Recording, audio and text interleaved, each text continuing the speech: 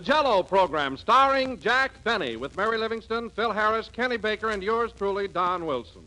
The orchestra opens the program with Rainbow Round the Moon.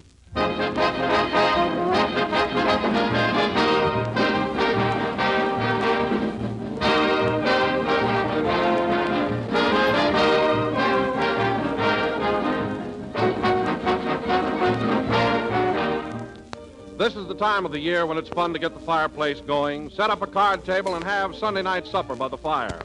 And here's a simple, attractive menu. Toasted sandwiches with hot coffee and delicious Jello salad. You can make your salad ahead of time and serve it when you're ready. And there are dozens to choose from. Shimmering lemon Jello, generously filled with diced chicken. Refreshing orange Jello, combined with crisp carrots and celery. A tempting green mold of lime Jello with sliced canned pineapple inside. Whatever Jello salad you choose will be a hit with the family, for Jello combines perfectly with fruits or vegetables, chicken or seafood, and gives you grand-looking, grand-tasting salads. Just be sure to get genuine Jello when you buy, for Jello brings you that wonderful, extra-rich fruit flavor that can't be topped for salads or desserts. So look for the big red letters on the box. They spell Jello.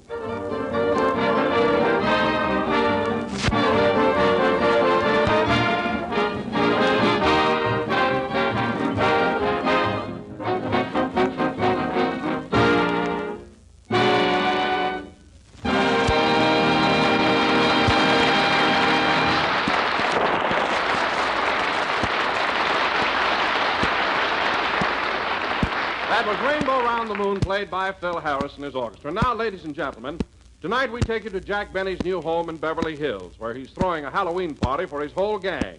Take it away, Beverly. I'm no millionaire type to get. Oh, a pocket full of dreams, bottle daddy, bottle daddy. I'm no millionaire. Hey, Rochester, will you hurry up with those sandwiches? They'll all be here in a minute. Yes, sir. I'm no millionaire, and I'm not... And stop that crooning, will you? You're no Bing Crosby, you know. That's right. He's fairer than I am. Yes, slightly. And look, Rochester, look how thick you're cutting those sandwiches. I'm no millionaire either. Now slice that roast beef a little thinner. I'm using a razor now. Well, sharpen it. Goodness, you'd think I was expecting a crowd of starving Armenians. Well, I don't think you got enough to eat here, boss. Rochester, there's plenty of food for everybody. Nobody's going to go hungry at my party tonight. Just the same, I could make a lot of money bootlegging hot dogs.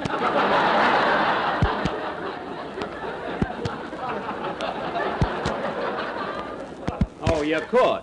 Now, Rochester, you know perfectly well that I always have to give me that. This is the only house in the neighborhood where the mice are picketing the pantry. Now, that's just a lie. One this morning using my rowing machine. Yes, sir. Oh, hello, Mary. Hello, Jack. Happy Halloween. Gee, I'm glad you got here early. You can help me get things ready. Okay, but you better be careful, Jack. All the kids in the neighborhood are out tonight, and they're raising the dickens. Well, naturally, Mary. After all, it's Halloween, you know. Yes, but you ought to see what they just did in front of your house. They tore your big sign down. What sign? You know, the one that says, Jack Benny's Residence, admission 25 cents.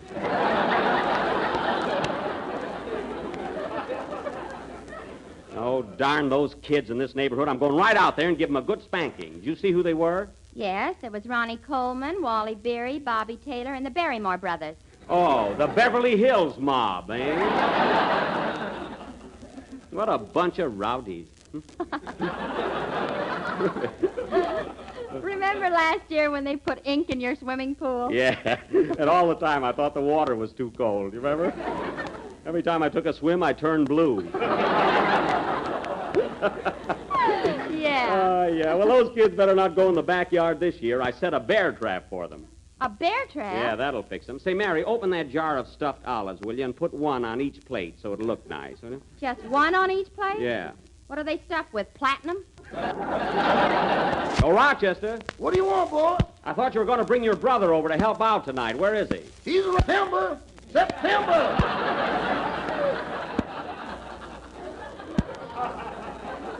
September? Gee, that's an unusual name. How did he get that? Well, you see, boss, I was born in Rochester, and he was born in September.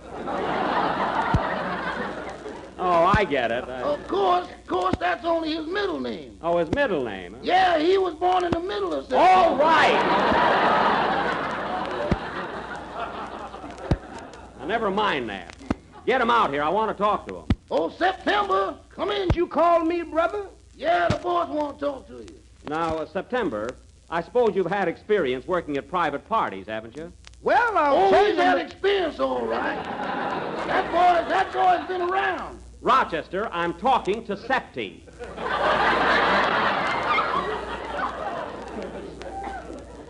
Now, listen. This is a rather delicate question, but I suppose you're honest. I mean, you can be trusted. Well, I don't like to commit myself. What? Oh, he can be trusted all right. He used to work in a bank. Oh, in a bank, eh? Well, that's good enough for me. I'll give him $3 for helping me out tonight. Only $3? Well, I'll bet that's more than he got at the bank. Why, man, there was more than that stuck to his broom every day.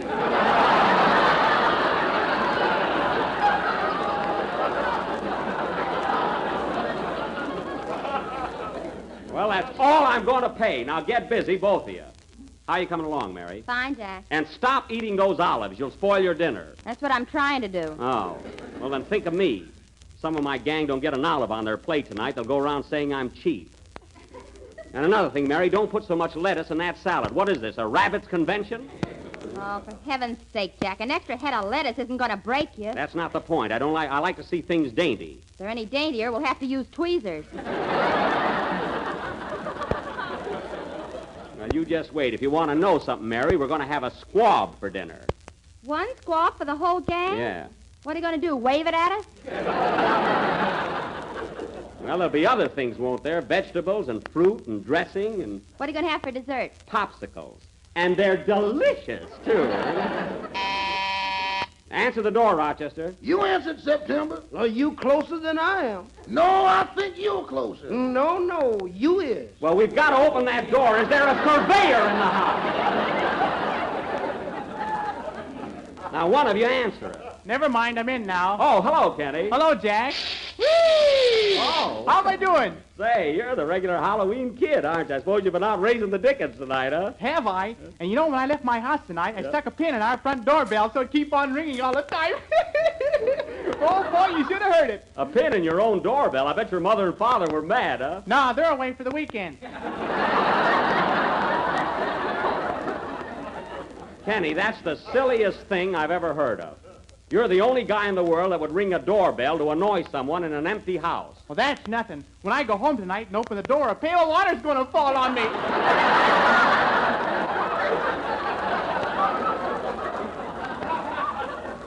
It is? Yeah. Oh, boy, I can hardly wait. I can imagine the surprise. Kenny, put down that olive. You'll spoil your dinner. Oh, one little olive isn't going to hurt him. Don't be so stingy. It's not that, but everybody will want one. And besides, they look nice on the table. Say, Jack, I'd like to clean up a little bit before dinner. Can I go upstairs and wash my hands? Yeah, but it'll cost you a nickel to get in the bathroom.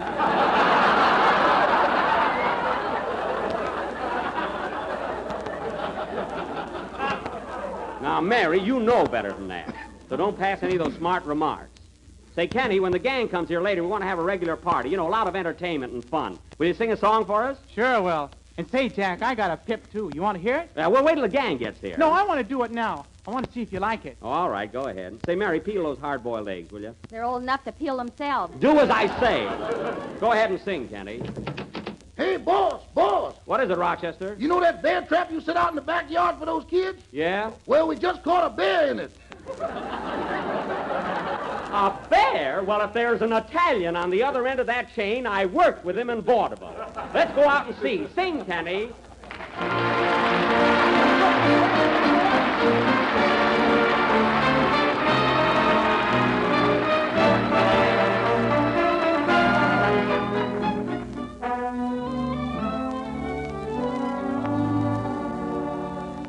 The night is filled with music. The grass is filled with dew. And I'd be filled with a heavenly feeling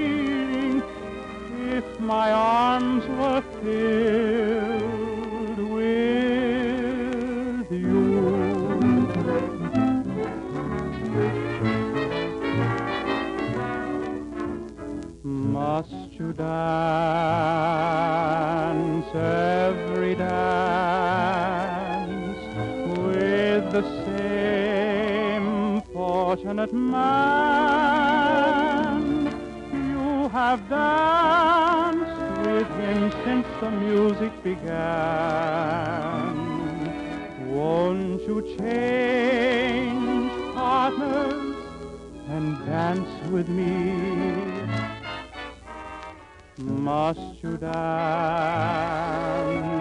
quite so close, with your lips touching his face? Can't you see I'm longing to be in his place? Won't you change partners and dance with me? Ask him to sit this one out, and while you're alone, I'll tell the waiter to tell him he's wanted on the telephone.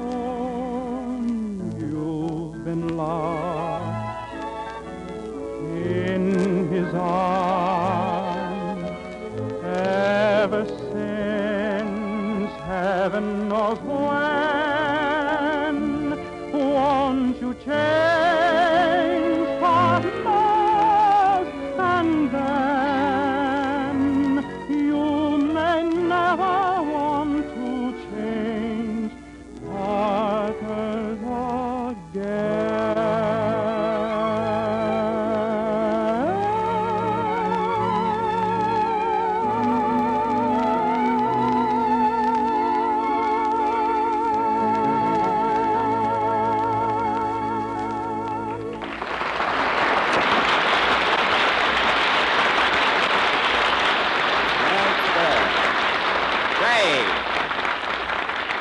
Say, Kenny, that song was simply wonderful. It was swell. Oh, did you really like it, Jack? I sure did. But say, I wonder where all that applause came from. There's a seal in the goldfish bowl. Oh! A trained bear in the backyard and a seal in the goldfish bowl. This place looks like the NBA club. Hey, Rochester. Yes, sir?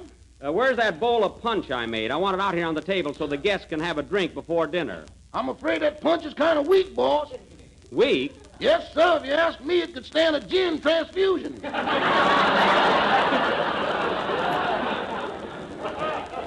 Rochester, nobody asked for your opinion. And incidentally, I thought I heard some dice rattling in the kitchen before. You can cut that out, too. Dice? I wasn't fooling with no dice. Well, I thought I heard it. Now get back to work. Yes, sir. By the way, how's your brother doing in the kitchen? Fine. He just won the gas stove from the cook. Oh, he did, eh? Hey, September. September. Is someone paging me? Yes, I am. I don't want any crap shooting going on in this house. You're here to work, and that's all. Remember that. There's the door, Rochester. There's the door, September. You've got new shoes. Break them in. I'll get one of you guys to answer that door if I have to tie a pork chop on it.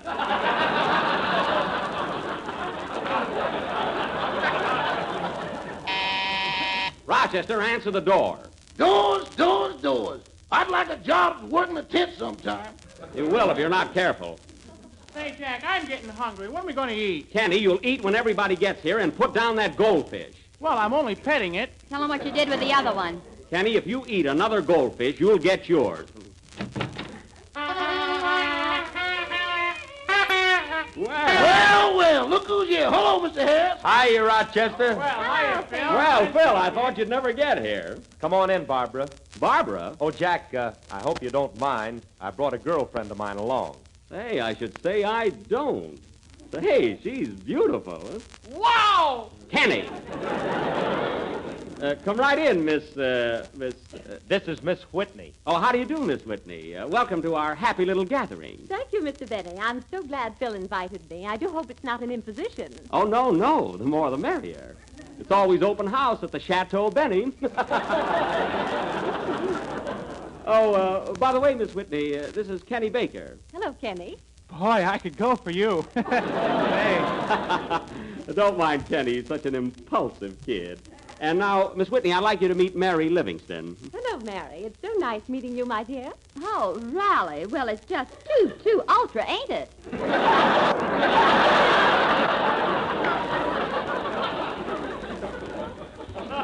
Mary. Well, those sweet dames burn me out. You little minx. Say, and Phil, old man, I'm so glad you were able to make it tonight. You know, we're going to have a squab for dinner. I knew it wouldn't be two. Well, I didn't know you were going to bring a guest. At that, we may have a little trouble carving it so that everybody gets a piece. Why don't you send it to the Mayo brothers? Oh, don't be so cute. You want to hear, you know, the way you hear this gang talk. I'm so nervous. She's so beautiful, you know. No, really. You know, to hear this gang talk, Miss Whitney, you'd think I was a regular old miser, wouldn't you? Yes, I would. Well, fellas, as soon as the rest of the gang get here, we'll put on the old feed bag. Mr. Benny, What is it, Rochester? a man just brought in a case of champagne. Did you order it? A case of champagne? Certainly not. I told him you wouldn't buy champagne if Sally Rand was behind every bubble.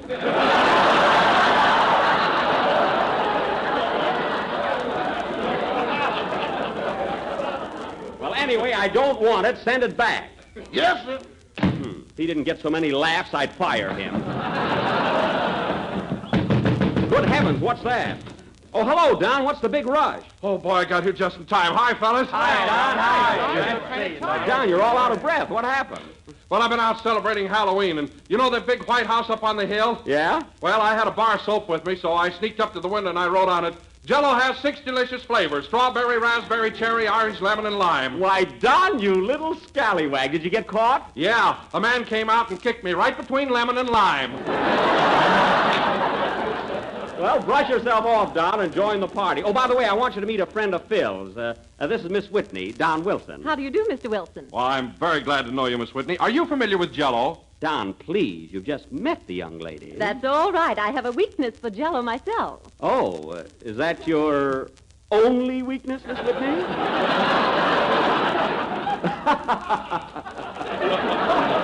If I'm not too subtle. You're about as subtle as a circus poster. Mary, I'm talking to Miss Whitney.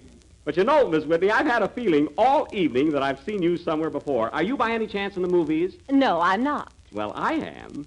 In fact, I'm a star at Paramount. And then, of course, there's my radio work, too. Tell her how much money you make and get it over with. Mary! You know, Miss Whitney, there are times when Miss Livingston just drives me frantic. But I suppose, well, most women are like that. Don't you think so, Miss Whitney? I mean... Yes, but why don't you stand still? Oh, that's just a habit of mine. Pretty girls always make me nervous. You know? If I was her, I'd yawn right in your face. Mary, please. We have company. I'll say you have. When are we going to eat? Yeah, gee, I'm starved. Pretty soon, boys, pretty soon. Hey, Rochester, how about dinner? We'll be ready in a few minutes. Okay, come on, folks. No use waiting any longer. Let's start in with these hors d'oeuvres first. Oh, come on. Stand back, fellas.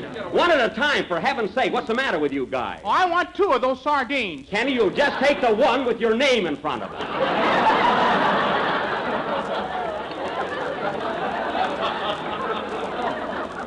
Now, don't be a pig.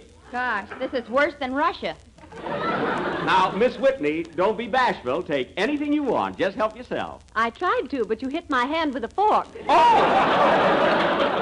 Was that you? I got all mixed up in this crowd. I'm so sorry. Hey, Phil, hand me that deviled egg. Oh, no, I saw it first. Oh, I want a piece, too. No, get away. Now, everybody let go of that egg.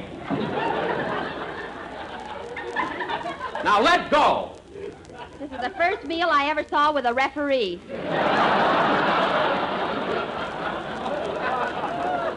Well, you need one here. Now, everybody sit down at the table and stop acting like a pack of cannibals. Miss Whitney, you sit right here at my left. Thank you. And Phil, you sit way down at the other end of the table. I could sit in Pomona and I wouldn't have to worry about you. That's so. All right, Rochester, we're ready. There's the door, Rochester. There's the door, September. I wonder who that can be.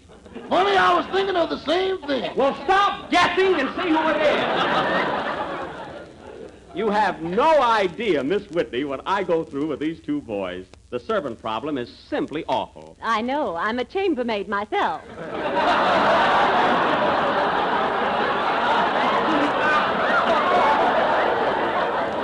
Oh, at the Biltmore. I thought I recognized you. I've seen you around there lots of times. Don't be a sap, Jack. She doesn't work there. She's only kidding you. As if I didn't know. Say, she's not the type at all. Just the same, I'll bet you can whip up a room in a hurry. Now, don't be catty.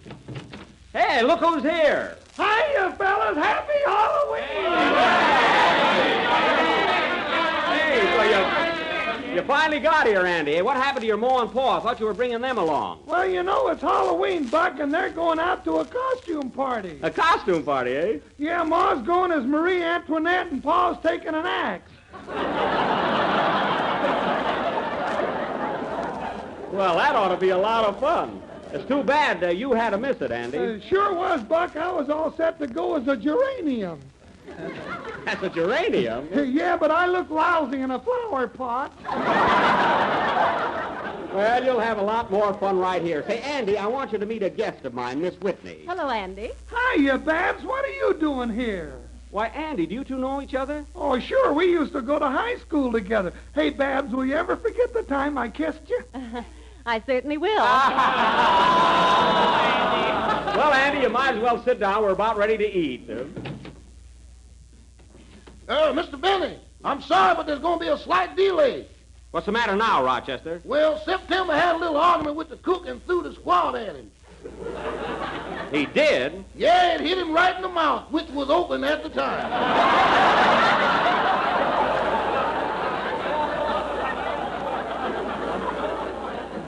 Oh, my goodness. Shall I serve the dressing? The cook ate the squab. That's all we had. What are we going to eat now? Well, there's that bear outside. Do you like venison? Never mind that. Now, Rochester, run right down to the store and get some frankfurters, and hurry. Yes, sir. Gee, I'm awfully sorry, fellas. Oh, that's all right, Jack. We understand. Gee, Perfectly all Miss right. Whitney, I hope the next time you come here, everything won't go wrong. Oh, that's all right. I think this is quite jolly. Really, it's fun. That's a lie if I ever heard one. It is not. Now, look, fellas, while we're waiting, how about having a little entertainment? Who plays the piano? I do. All right, how about a song, Phil? Oh, that's a good idea, Phil. Come on, Phil, sing something, huh? Oh, all right, but I don't do so well on an empty stomach. Oh, don't worry, we'll eat later. Come on, Phil, what'll it be? Well, how about, what have you got that gets me? Oh, hey, That's right. a great idea, Phil. Okay, Start hit it, there, Kenny. will you, Let's have some fun tonight, boys, you know. Hey, let's have all...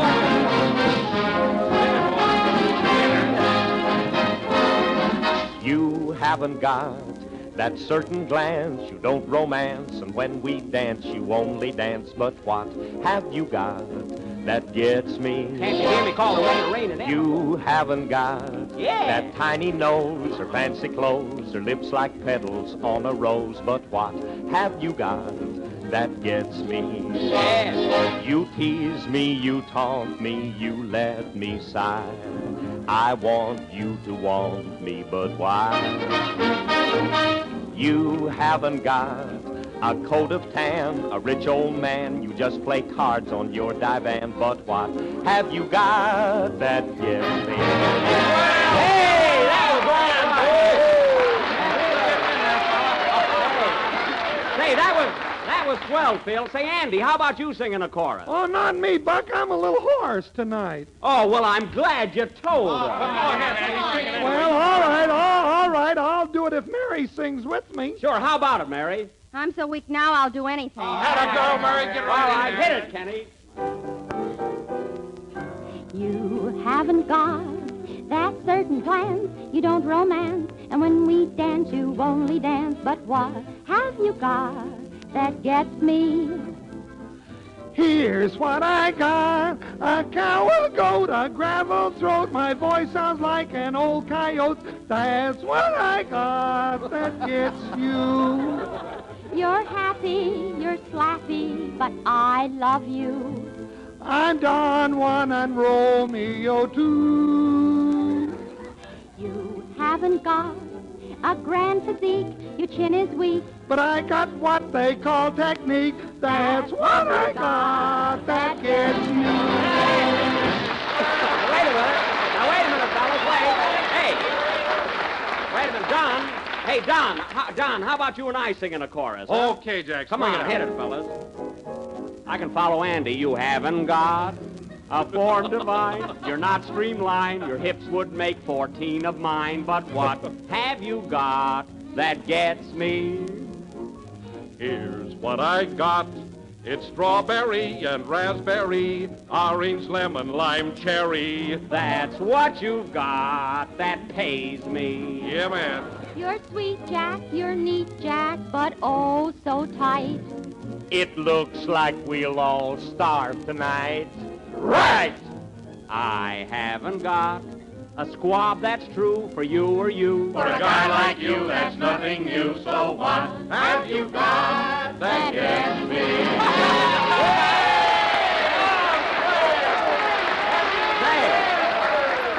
Hey, that was all right, but gee, you guys didn't have to insult me in that Insult song. you. You invite us here for dinner tonight and we don't get anything to eat. Well, it's not my fault. Accidents can happen, you know. Anyway, Rochester will be right back here with the Frankfurters. Excuse me a minute. Hello? Say, Mr. Benny, I'm over here at the delicatessen store. You forgot to give me money for the Frankfurters. Well, you pay for them, Rochester, and I'll give it back to you later. Well, I don't know about that, boss. Now, Rochester, pay for that out of your own pocket. I ain't got no pants on. That's a lie. You had pants on when you left the house. They could have worn out, you know. That's ridiculous. If you're not back here in 5 minutes with those Frankfurters, I'll move you out of the guest room. Now, hurry up. Well, looks like we might have to... Hey, fellas. Hey, where are you? Hey, fellas. We're out here in the kitchen. You ought to see what we found in the icebox. Oh, boy, a turkey! Come on, let's cook it. Cook it nothing. Give me a drumstick. Now, wait a minute, fellas. Wait a minute. I'm saving that for Thanksgiving. Well, it's time to a chair, fellas. We got Yeah, to eat. Cut it off now, fellas. Wait a minute. Now, cut it off now. Now, stop.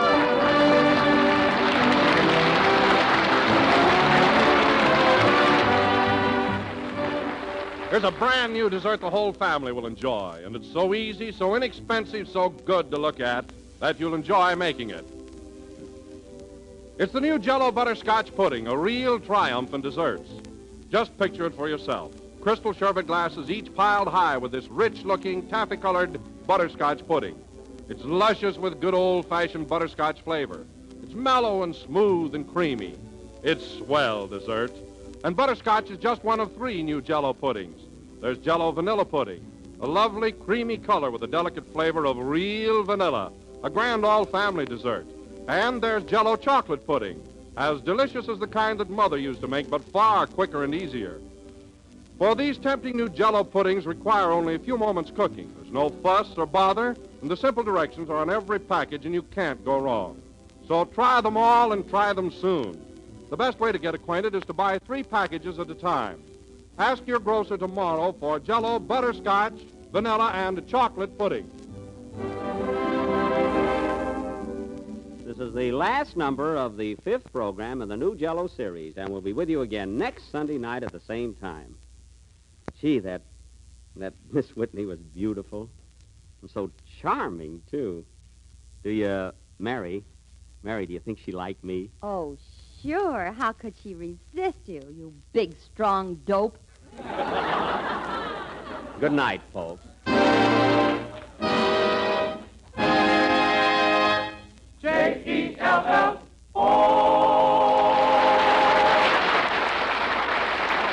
Kenny Baker appears on the Jello program through courtesy of Mervyn LeRoy Productions. This is the National Broadcasting Company.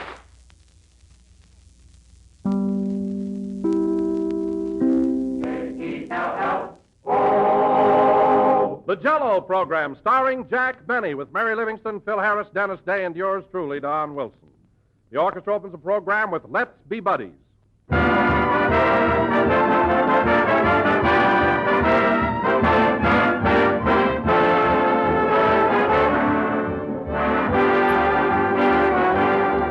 When the makers of Jello introduced this famous gelatin dessert a good many years ago, they made a permanent contribution to the American dinner table.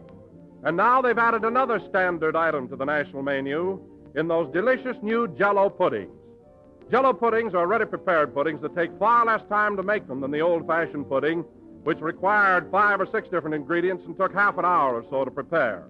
With Jello puddings, all you have to do is add milk and bring to a boil. In about 5 minutes, you pour it into sherbet glasses and set it aside to cool. And there, almost before you know it, you've made the family a swell pudding that tastes truly homemade. A smooth, creamy pudding, as attractive as can be and simply delicious. Jello puddings come in the 3 grand old pudding flavors of chocolate, vanilla, and butterscotch. And they're made by the makers of Jello, so you know they're good. After this, when you buy Jello puddings, too, and enjoy their rich, mellow goodness. Take it from me, friends. There's a treat you'll soon repeat.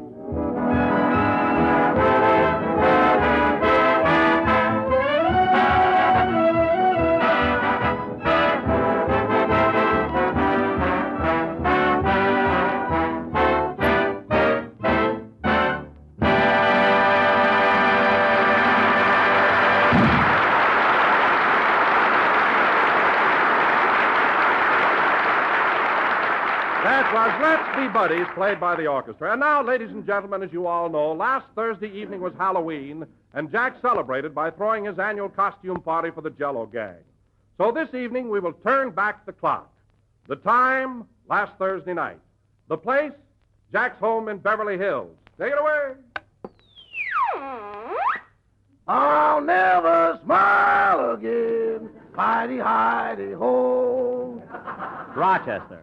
I'll never smile again till I get more dough. Rochester, that's a beautiful song. You don't have to change the lyrics. Well, I'm trying to get a message across. Oh, you are? Well, you don't have to put it to music and make an opera out of it. If you want a raise, just come right out and ask me. I'll never smile again. Now, cut that out and stop complaining. I'm giving a costume party tonight, and I'm not even dressed yet. Here, help me pull my shirt off. Okay. There. Now, hand me that grass skirt. Oh, boy.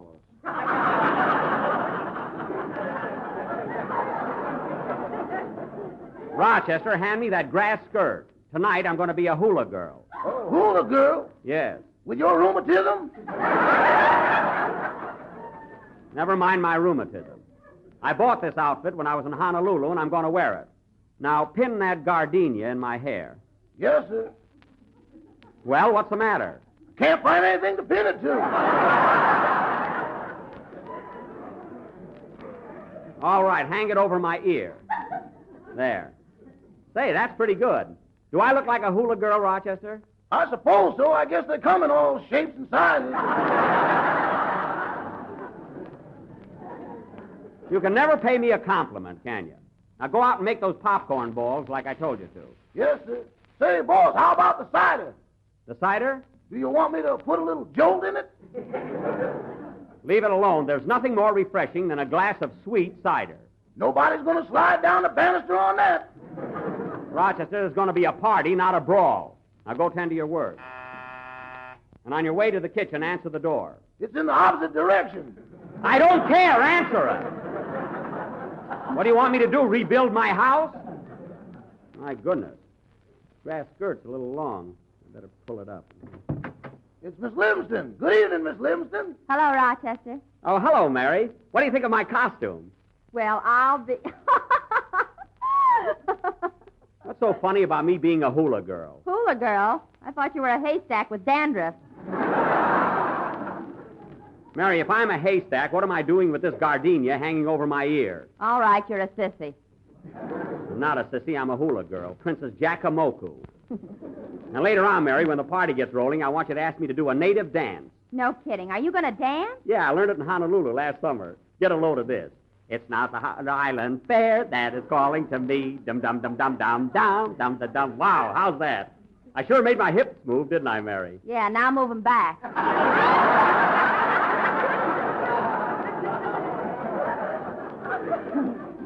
I'll get them back. Don't worry. Now, Mary, light the candles in those jack-o'-lanterns. I want to put them in the window. Okay. Say, boss, What is it? ain't you cold running around with nothing on but a grass skirt? No, what makes you think I'm cold? You got so many goose pimples, you look like a horn toad. Oh, I'll be all right in a few minutes. No kidding, Jack. You ought to put something around your shoulders. Oh. Well, holy smoke. What's the matter? Look at that tattoo on your arm. Grow with Waukegan.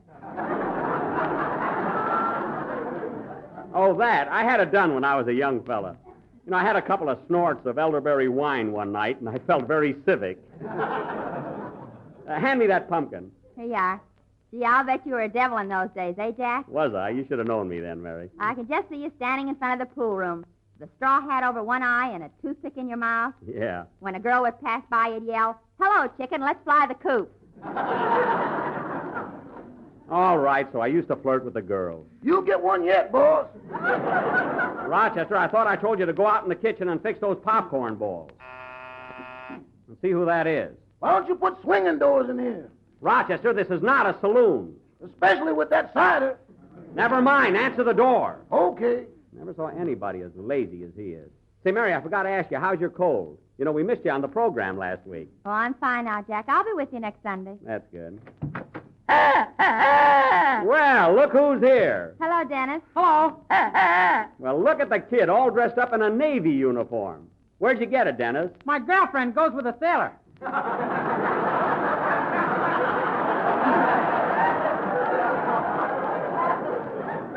Oh, well, that was very sweet of him. You know, Dennis, I used to be in the service myself. Darn it, I wish I could go again. What can a hula girl do in the Navy? Oh, stop, will you? I'm not a hula girl. You could have fooled me. There you are. I look all right, don't I, Dennis? Yeah, but if you're a hula dancer, Mr. Benny, don't you think you ought to take your shoes off? Oh, certainly. Why didn't you tell me, Mary? I can't dance with shoes on. Here, Rochester, help me take them off. Okay, hold tight. And incidentally, Mary, you should have worn some kind of a costume yourself. Well, gee, I didn't know what to wear. Oh, you could have thought. Rochester, I said take my shoes off. I'm trying. Well, pull. Okay. There.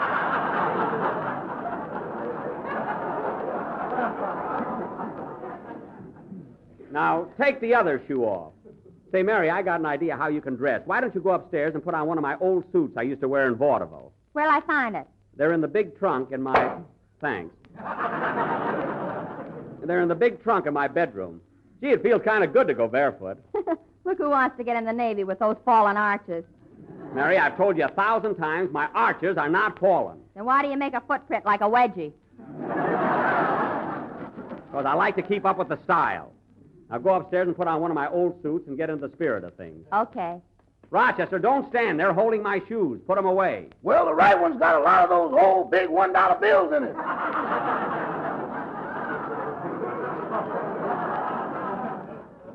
Stop making things up. There's nothing in that shoe but an insole. Green, ain't it?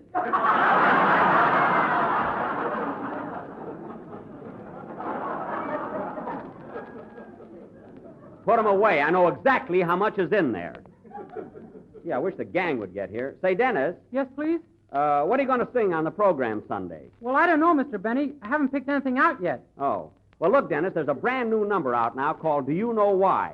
It's a song that Mary Martin sings to me in my new picture. The one you made with Fred Allen? Shut up. And it'll fit you perfectly. Look, there's a copy of it on the piano. Run over it for me, will you? Okay, Mr. Benny. And by the way, Dennis, whenever you refer to that picture in the future, just say the one I made with Mary Martin. Leave Fred Allen out of it. Why? Because if you don't, I'll put my shoe back on and kick a field goal with a certain young tenor. Understand? Yeah, 3 points. Oh, sing. Darn, this gardenia keeps slipping off my ear.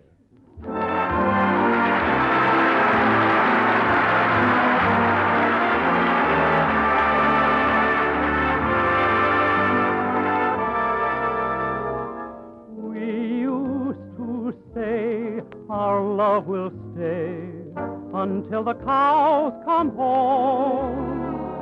And then the cows came home. Do you know why? We used to say we'll love this way till Hades freezes over. And then it just froze over. Do you know why? We thought we had a future dancing a jig for us. Do you suppose our little dreams but too big for us. We used to say our love will stay forever and anon. And now forever's gone. Do you know why? Do you know why? We thought we had a future dancing a jig for us. Do you suppose our little dreams got too big for us? We used to say our love will stay forever and anon. And now forever's gone, darling, do you know why? Neither do I.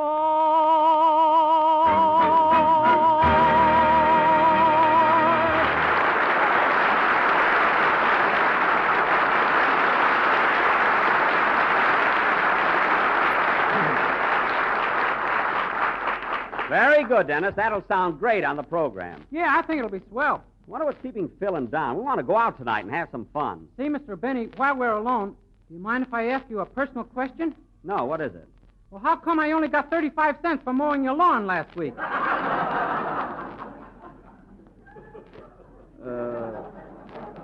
What? I used to get 50. Didn't I do a good job?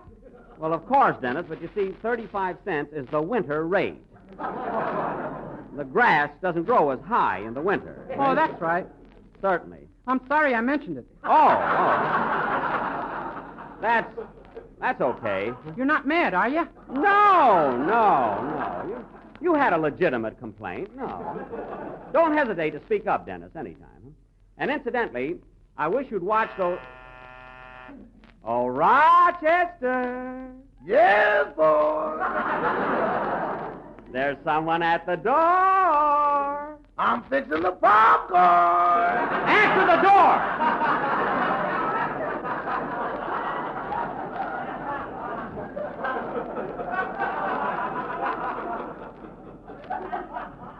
Now go ahead.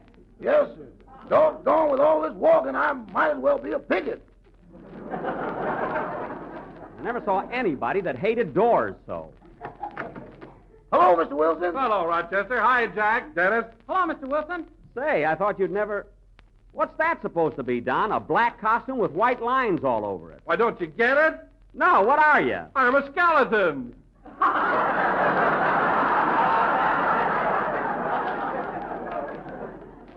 A skeleton? Yes, these white lines create the illusion. Oh, well, those chins cancel it. By the way, Don, how do you like my outfit? Oh, it's very attractive, Jack, but aren't you afraid of catching cold? No, I'm all right. Here I am, fellas. How do I look? Well, Mary, what are you supposed to be? A ham. This is one of Jack's old suits from vaudeville. Yep, I wore that suit in every theater on the Orpheum circuit. Look at those big checks and pearl buttons. It's a little loud, isn't it, Mr. Benny? Well, of course, nobody wears a suit that flashy nowadays. They don't, eh? No. Boys, on Central Avenue, we got pallbearers that dress louder than them.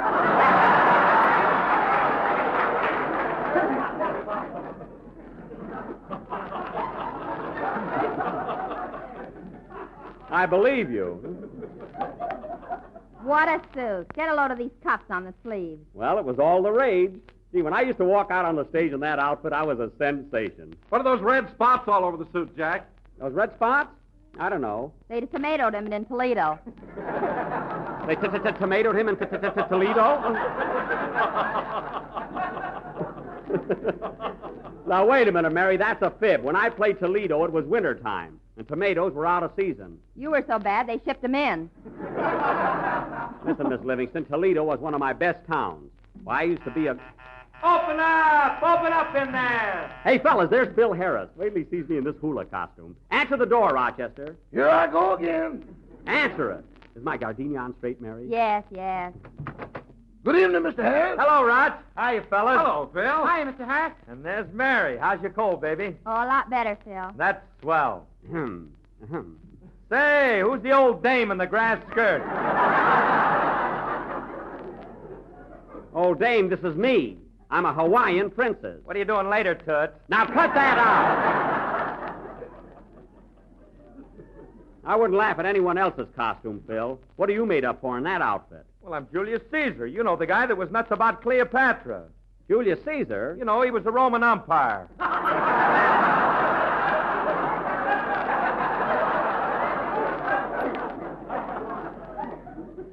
That's emperor. What a dodo. Phil, umpire is what Caesar ruled. Jack, that's empire. Don, a skeleton should be seen and not heard. Phil, I gather that you're studying ancient history now. You know, Mary, Phil goes to night school. He's trying to broaden his mind. You ought to clean it up, too.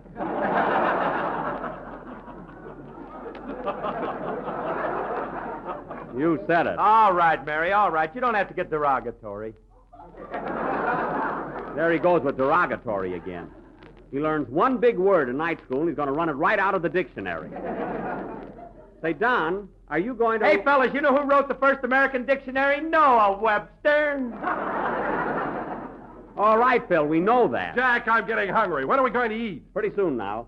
All right, Rochester, let's get things rolling around here. Serve the refreshments. Okay. Will you have a glass of sweet cider, Miss Livingston? Yes, thank you. Mr. Dave, Mr. Wilson? Thanks. Thanks, Rochester. How about you, Mr. Harris? Will you have a glass of sweet cider? Absolutely not. I would have bet on that. Rochester, no comments. Now pass that lovely tray of hors d'oeuvres. The what? The hors d'oeuvres. You mean them little things you eat and you ain't at nothing? Yes, just pass the tray. How's the cider, Dennis? Whoopee! Boy, what an imagination. One more drink and he'll go out and get tattooed. Yeah. Now, Dennis, get up off the floor and uncross your eyes.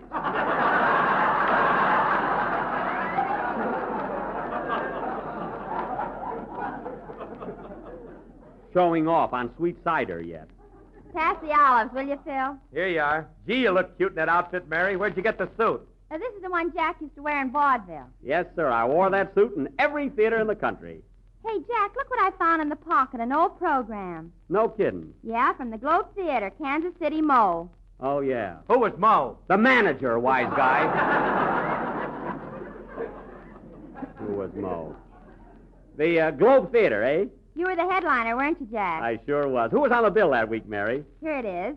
Swain's Cats and Rats, Fink's Mules, Howard's Elephants, Uh-huh. Finnegan's Fleas, and Jack Benny. Oh, yes. I never will forget that week. I felt like Frank Buck. Well, let's have something to eat, then we can go out later and have some fun. Yeah, I want to ring doorbells and run like the Dickens. Don, control yourself. Oh, Rochester, Yes, boss? did you invite Mr. Billingsley, our boarder, to come down and join the party? You shouldn't have let him come down here, boss. I think he's cuckoo. Oh, you always think that. What's he done now? Remember that coil of rope he brought up to his room the other day? A coil of rope? Yes. Well, he's sitting on the floor playing a flute to it.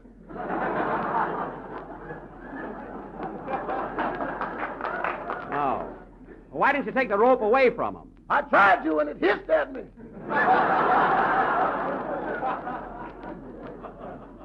Oh, stop dreaming things up. And ask Mr. Billingsley to come down here. Hey, Jack, look what else I found in your coat. What? It's a letter from an old girl of yours. An old girl? Yes, it's signed Loopy.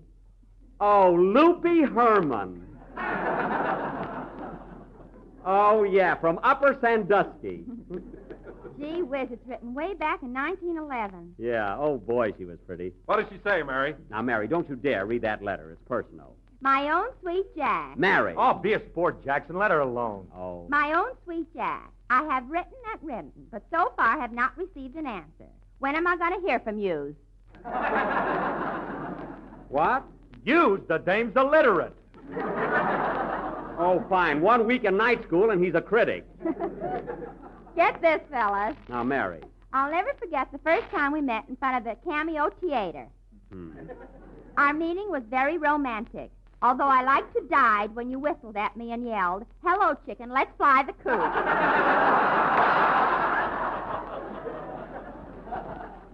Give me that letter. Pop is afraid for me to marry you because he does not like actors. But if you still want me, I'm the apple in your eye, like what you said. Girls were silly in those days. Now, give me that letter. P.S. I forgot to tell you, a horse ran away with me last Tuesday. I wished it was used.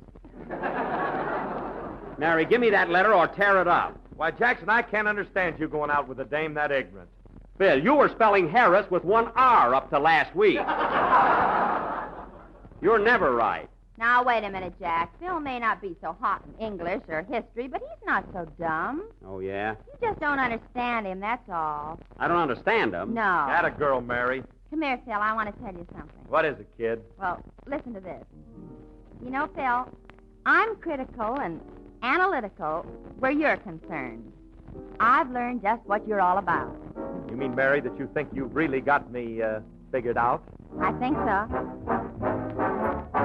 You're kind of slow at working out puzzle or trick. But when it comes to love, you catch on quick. But look, Mary, I'm only wasting time at bridge. I don't seem to click.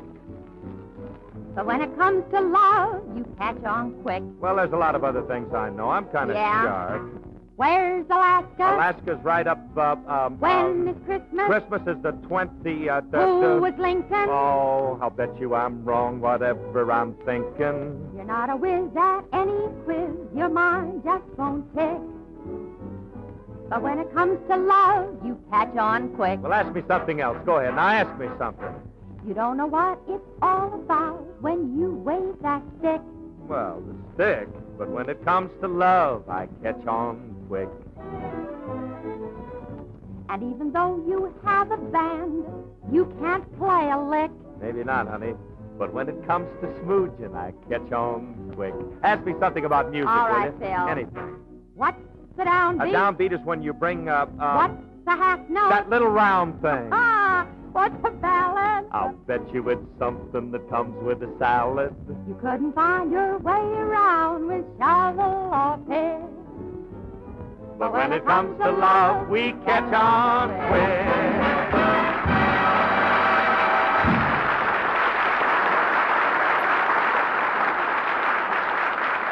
Yes, sir. Say, that's cute. You know, hey, Don, come here a minute. I've got something I want to tell you. What is it, Jack? Listen. You're kind of slow at playing golf with spoon or niblick. But when it comes to food, you catch on quick. Yeah. I'm not so good at outdoor sports. I don't seem to click. But when it comes to food, I catch on quick. You sure do, Don. Hey, listen. What's strawberry? Delish. What's raspberry? Katish. What is Jello? It's easy to make, boy, and it tastes well, oh. You're not a whiz at any quiz. Your mind just won't tick. But when it comes to food, I catch on quick. And he means Jello. When it comes to food, we catch on quick.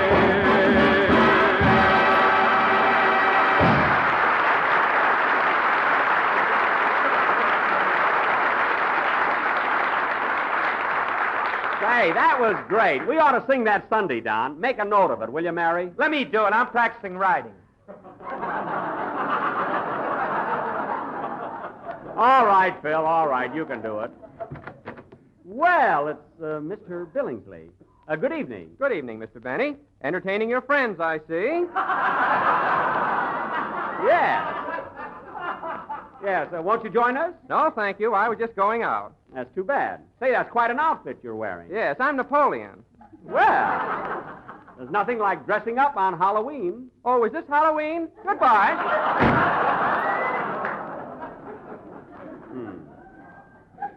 I wish he wouldn't drag that halibut across my rug.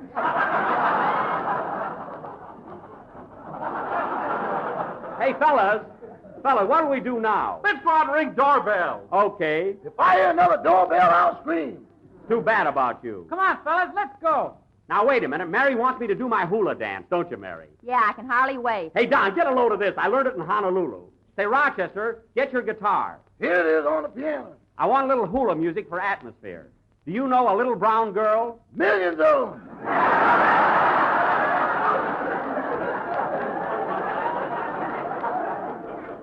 I mean the song. Now, come on. Oh, Jack, you're not going to dance with that cigar in your mouth. Joe Frisco does. Come on, Rochester. 1, 2. It's not the island fair that is calling to me. Dum dum da dum dum dum dum da da da da. Look at the boy wiggle. Da da dum dum bum ba bum bum bum. Oh, Jack. Jack, stop. Da da da dum bum. Jack, stop. Your grass skirt's on fire from your cigar. Da da. Oh my goodness! Look at the smoke. Hey, put me out! Put me out! Bill, throw some water on him. Throw the cider. It's no good anyway. Well, do something. Oh, my eye. I can't see out of my right eye. I'm blind. That's your gardenia. Pull it up. Oh, yeah. Well, somebody do something. I'm getting hot. I'll get some water out of the kitchen. I can't wait for that. Open that door. I'm going to dive in the swimming pool. Gangway. Hey, boss, come back. What's the matter, Rochester? I just drained all the water out of the pool. My goodness, he's out on the diving board. Here I go. Whee! Yikes! Jeepers creepers, I'm going to kill somebody. Rochester! Rochester!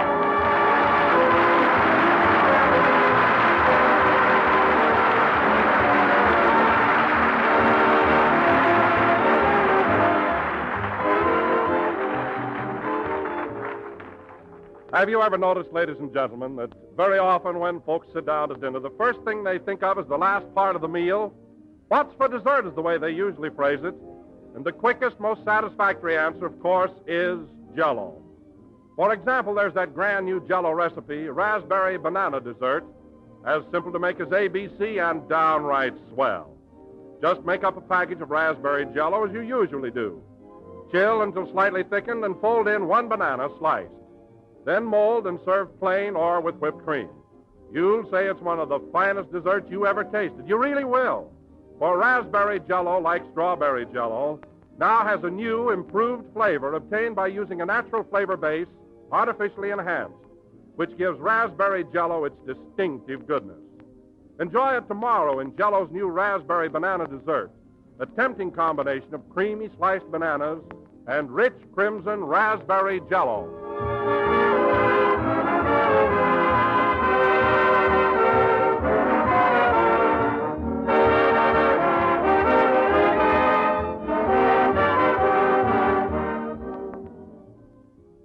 Well, folks, that's what happened at my house on Halloween night. And now, ladies and gentlemen, for this week's program, we bring you that flat-headed comedian, Jack Benny. It's too late now, Don. Good night, folks. Jello.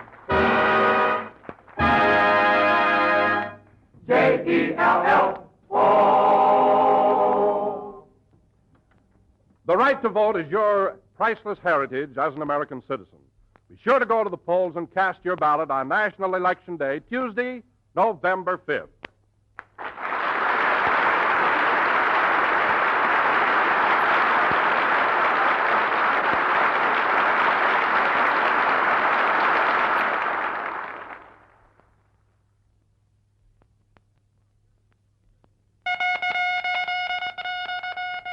News for thrifty housewives. Log cabin syrup for less money. Popular table size, not more than 18 cents in most stores. Ask your grocer about his new low price.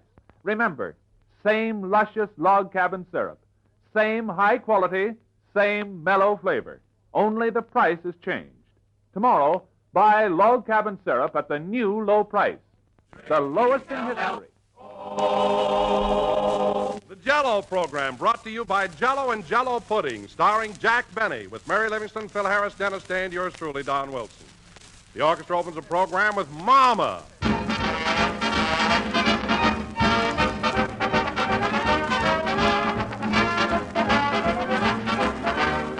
Now at last, the gelatin dessert that gives you all the flavor. It's the new Jello, the gelatin dessert that keeps all of its full original flavor, no matter how long it remains in the package.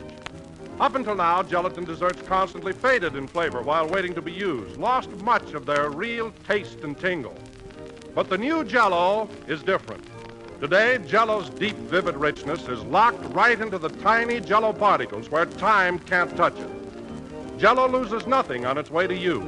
It comes out of the package as rich and full-flavored as it went in. Just prove it for yourself. Open a package of Jello. Notice that there's no heavy, fruity aroma, no sign of escaping flavor. It's there in all its thrilling goodness. Order several packages tomorrow, and look for the big red letters on the box so that you're sure it's the one and only Jello. In Jello, the flavor never goes away. We put it in, and it's there to stay.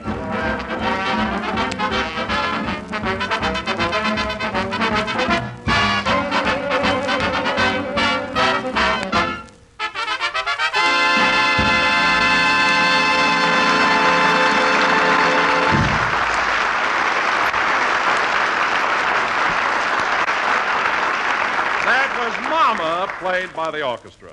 And now, ladies and gentlemen, at this time, we would like to turn the clock back to last Friday night and show you what happened when Jack and the rest of our gang went out and celebrated Halloween. The time, 7:30 Friday evening. The place, Jack's house in Beverly Hills. Take it away.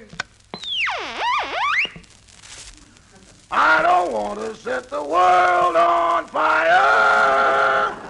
Rochester. I just want to go where I can get dough. Rochester, stop complaining in rhythm and help me get into my Halloween costume. The gang will be here any minute. Hand me those horns. Here you are. Pardon the ignorance, boss, but what character are you struggling to convey? My costume is very obvious. I've got on red underwear, a long tail, horns, and I'm carrying a pitchfork. Now, who am I? The man from the finance company. I am not. I'm the devil. Now, hand me that mirror. Here you are. Thanks. No, I don't like this effect. These darn horns keep slipping over to one side. The horns are all right. It's your toupee that slips. Something wrong there. I don't know why I picked out a devil costume anyway. Of course, I bought this pair of horns. I should use them. Why don't you put one of them on your nose and go as a rhinoceros? No, I can't do that. Phil Harris is coming as Frank Buck, and he'd shoot me. He'd love the excuse. I wonder if this tail is too long. Here. See who's at the door, Rochester. Yes, sir. Come in. I could have done that myself. Rochester, when I tell you... Oh, hello, Mary. Hello, Jack. Mary, this is Halloween. I thought you were going to dress up tonight. Where's your costume? I've got it on. I'm Pocahontas. Pocahontas? In a mink coat? John Smith was nice to me.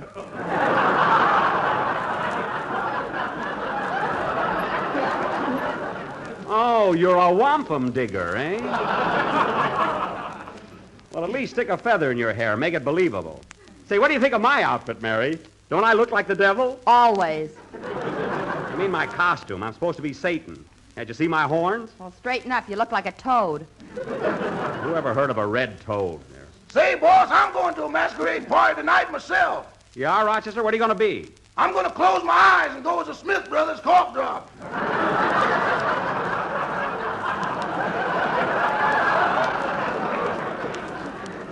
Well, that's not a bad idea. Say, Rochester, why don't you keep one eye open and go as a period? How's that? I better keep both eyes open. My lady friend's a rover. All right, do as you please. Jack, what are we going to do tonight? Where are we going? I got it all figured out. Listen to this. First, we'll go to Claudette Colbert's house, and then I'll take a piece of soap and write Claudette loves Jack all over her window. Oh, you did that last year, and she came out and wrote Jack Who. Well, this time she'll know Jack Who. When Claudette comes out of the house, I'm going to grab her and give her a kiss. Now, there's only one guy kisses like Benny. You don't have to tell me, deadlifts.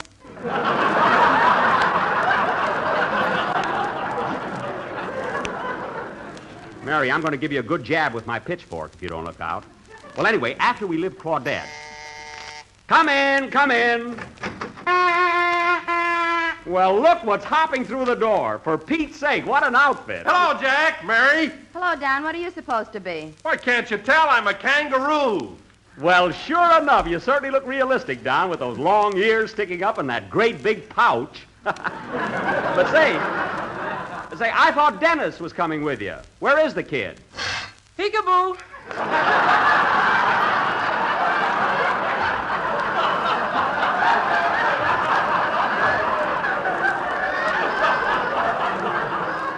Well, Well, I'll be darned. A baby kangaroo.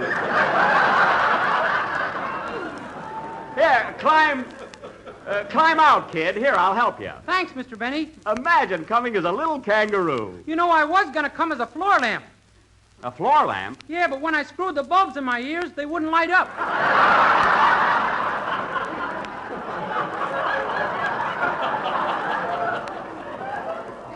Oh, that's terrible. Huh? Maybe I ought to see a doctor.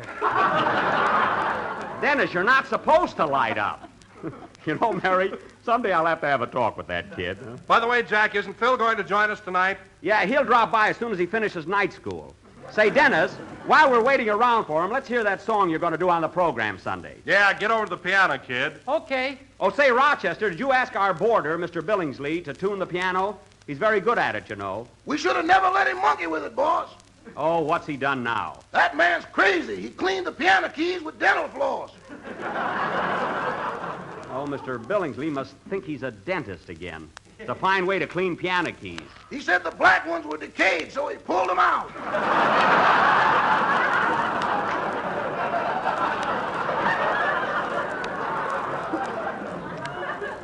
Oh, my goodness. He broke 8 needles trying to give the leg Novocaine. Well, it's my own fault, I guess. Well, do the best you can, Dennis. Go ahead. Wait a minute, I'll answer it. Hello? Oh, hello, Phil. Are you still at night school? We're waiting for you. What?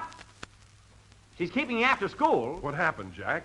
Well, Phil got a 0 in spelling, so he gave the teacher a hot foot. Look, Phil, is your teacher anywhere near the phone? Well, tell her your father wants to talk to her. Yeah, your father. What are you going to do, Jack? I'm going to pretend to be Phil's father. You know, I'll talk like an old rube. Well, you got the right underwear for it. Quiet now, don't mix me up. Hello? Oh, hello, miss. This is Twitch Harris, Sr. talking. Now, look, ma'am, I got to see my boy Philip right away, so I wish you'd let him off tonight. I'll write you a note explaining everything. I said I'd write you a note. That's a good one. What'd she say? She wants to know how come I can write and Phil can't.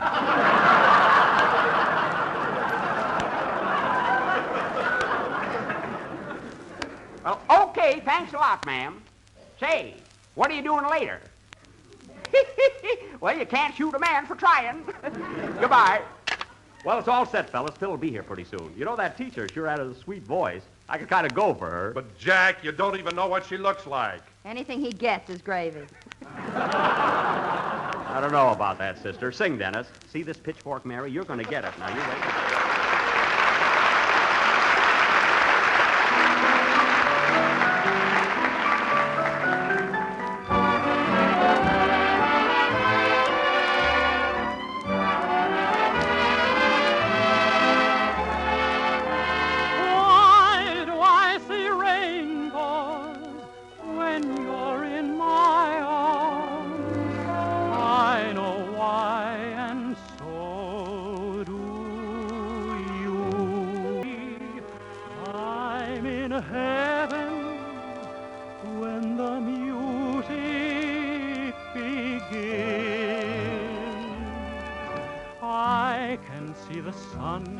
When it's raining, hiding every cloud from my view. And why do I see rainbows when you're in my arms? I know why, and so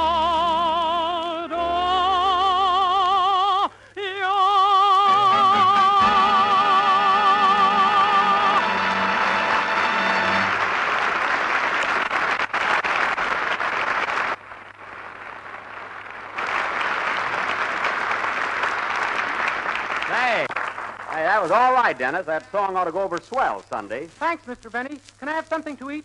Yeah, I'm hungry, too. Haven't you got any sandwiches? I've got donuts and cider. That's all you're supposed to have on Halloween. Bring in the donuts, Rochester. They're right here, boss. Oh, yes. Here, have a donut, Mary. They're nice and fresh. I made them myself. Jeepers, look at the size of the holes you got in them. Never mind. They look like ladies' garters. quiet, will you? Oh, what she said.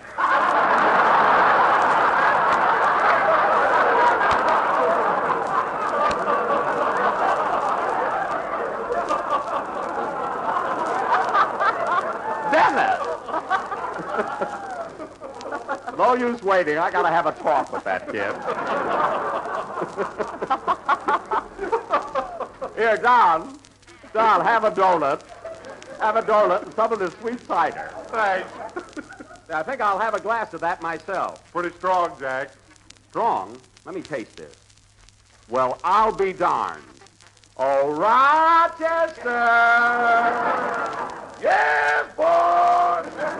What did you put in this cider? A little Central Avenue vitamin!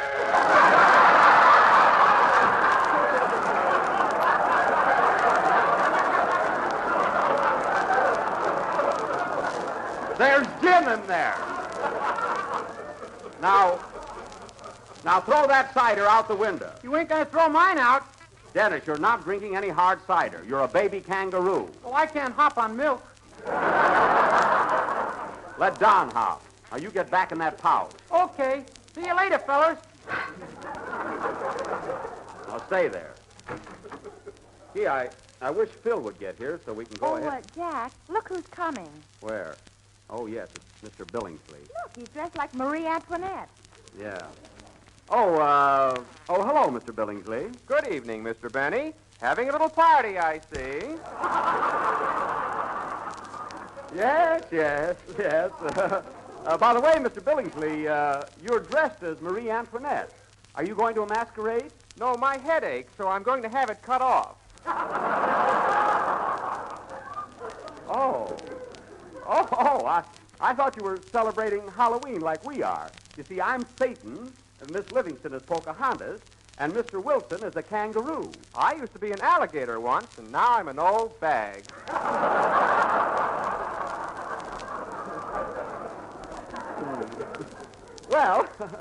Well, see you later. Good night, Mr. Benny. Good night. That's one way to look at it.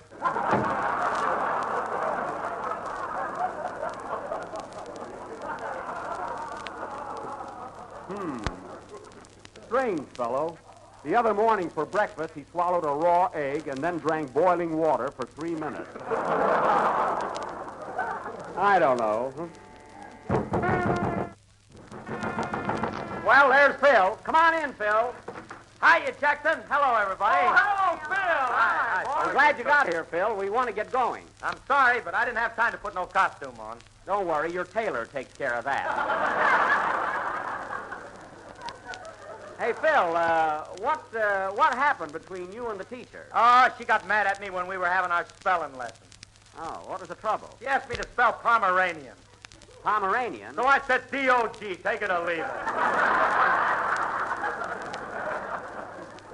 Well, at least you knew Pomeranian was a dog. That's something, huh? Well, we're all here, so come on, fellas, let's go. Hey, Don, you put on a lot of weight since last week. That's Dennis. It's a long story.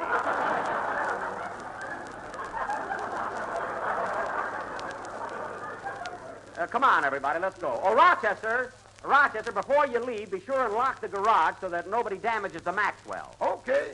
Remember last year, some kid got in there and turned it over. Yeah, we drove around for 3 days without even noticing. I noticed it. It was bumpy as anything. All right, this way, fellas. We'll all go out the side door. Oh, that's Boy, we really have fun tonight. You know, kids, first we'll go next door to Ronald Coleman's house, see? And then we'll Jack, go... here comes that little boy you hired as a gag man. Let's take him along. Oh, Belly Laugh Barton, eh? Hello, kid. Hello, Mr. Benny. Say, Belly, do you want to go out with us tonight? We're going to ring doorbells and raise the dickens. You're a little adolescent, aren't you, Bub?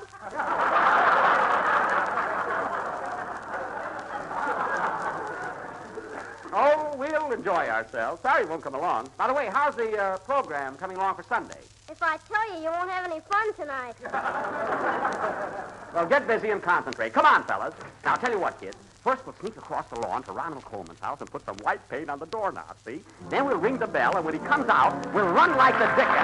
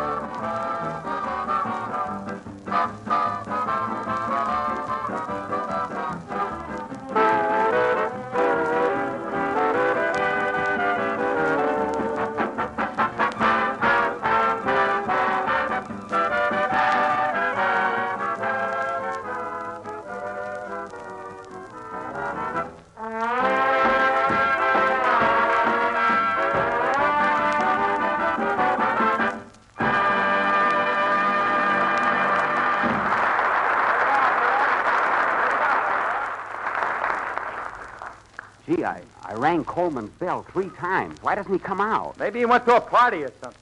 Couldn't be a big party, or I'd have been invited. Ronnie and I attend the same affairs. Only he doesn't have to crawl in the window. Well, these Hollywood parties, who knows whether you got an invitation or not. Hey, fellas, I've got an idea. As long as Coleman isn't home, let's take this beautiful sundial here and put it over on my front lawn. His sundial? Yeah, it'll be a swell gag. 3 years ago, you took his flagpole. When's the gag over? Oh, get in the Halloween spirit, will you? Come on, fellas, give me a hand with this dial. Hey, Jack, look. There's a policeman walking by the house. A policeman? Uh-oh. Hello there. Is that you, Mr. Coleman? Get this, fellas. Right, Joe. Thanks for asking, old boy. Terribly decent of you. Good night. Hip, hip.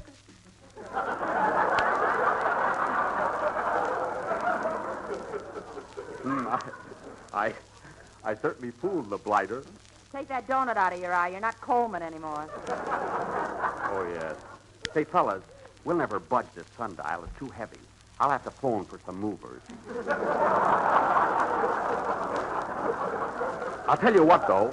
Look, let's go over to Basil Rathbone. Does he live near here, Jackson? Yeah, right past my house on the other side of the street. Come on. Ooh, darn this tail I keep tripping on. Look at that light in my kitchen. Belly Laugh is in there eating me out of house and home. All the writers with ulcers, and I had to get him.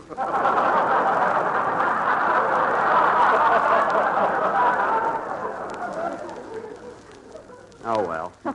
Oh, Jack, look at this. Where? Hey, wait a minute. Who wrote this on my sidewalk? Jello has that new locked-in flavor. The flavor never goes away. We put it in and it's there to stay. Who did this? Don't look at me. Kangaroos can't write. Oh, yeah? Now, Don, you go get a rag and wipe it off. I'll tell the sponsor. All right, you big fat tattletale. Leave it there. Now, follow me across the street, fellas. And we'll go to Rathbone's house. Quiet now. He will fix him good. Which house is it, Jackson? Wait a minute. I don't know whether this is Rathbone's house or the next one. I think it's this one. No, it's the next one. This is where Charles Boyer lives. Oh, that's right. Say, let's pull some gag on him. Yeah, maybe he's got a sundial we can lift. Now, I'll just sneak up and ring his doorbell. Wait here, fellas. Hey, Jackson, Nick, here comes that cop again. Uh-oh. Hello there. Is that you, Mr. Boyer? Here I go again, fellas. Ah, good evening, officer. Beautiful night. Beautiful. Yes, it is. Good night, Mr. Boyer. Bon Sawyer. Lucky I can speak French. Hey, Jack, let's get away from here. The policeman's liable to come back. Right at that. I'll tell you what. Let's go through this driveway and sneak over to Bassone's backyard. Now, follow me, fellas. Everybody quiet.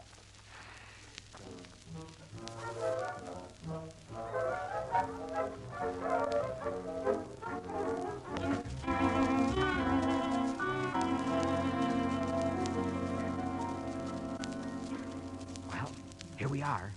Gee, it's dark tonight. Hey, where did Phil disappear to? I don't know. Where is he, Don? He was with us a minute ago. Have you seen him, Dennis? He's not in here.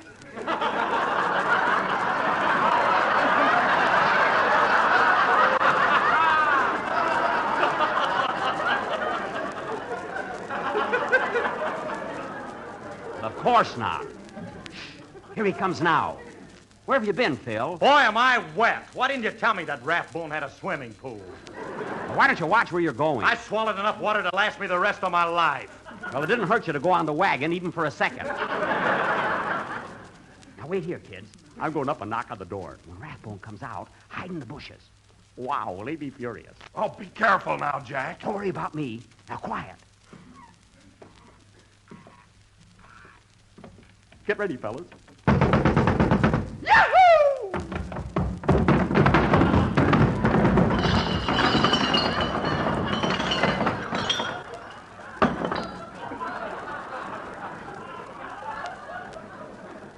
Darn those milk bottles. I hope I didn't cut myself. Am I bleeding, Mary? With what? With blood, I've got it. The idea of leaving... Porch light just went on, Jack. Quick, pick me up. Here comes Rathbone. Shh, quiet, everybody. Yes, yes, yes. Who's there? Anybody there?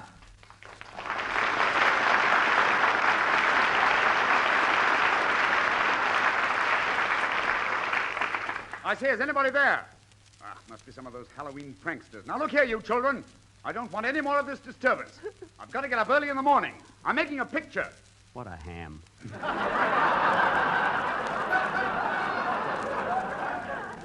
Quiet. If I catch you around here again tonight, I'll give you all a sun good thrashing.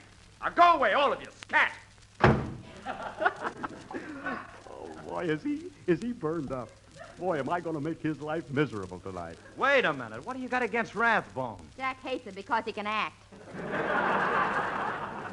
That's all. I like to see him imitate Boyer like I did. Now, fellas, this time I'm going to grab this big rock here and throw it up against the door. Oh, you can't take those steps again, eh, Daddy? I can climb, only this will be more annoying. Now, here goes. I'm going to throw the rock. 1. Phil, what are you doing back there? Nothing. Well, get away. 2, 3, go! Holy smoke, I broke a window. There goes the porch light again. Quick, fellas, run. He's coming out. Whoops. Well, I'll be...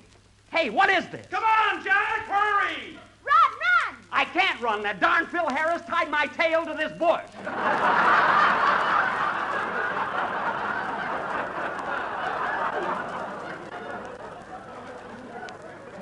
Gee, what a spot. I hope Rathbone doesn't see me. Did I ever get my hands on it? Aha! Who's hiding there? Who's in back of that bush? Right now, I'd give $1,000 to be playing Salt Lake City.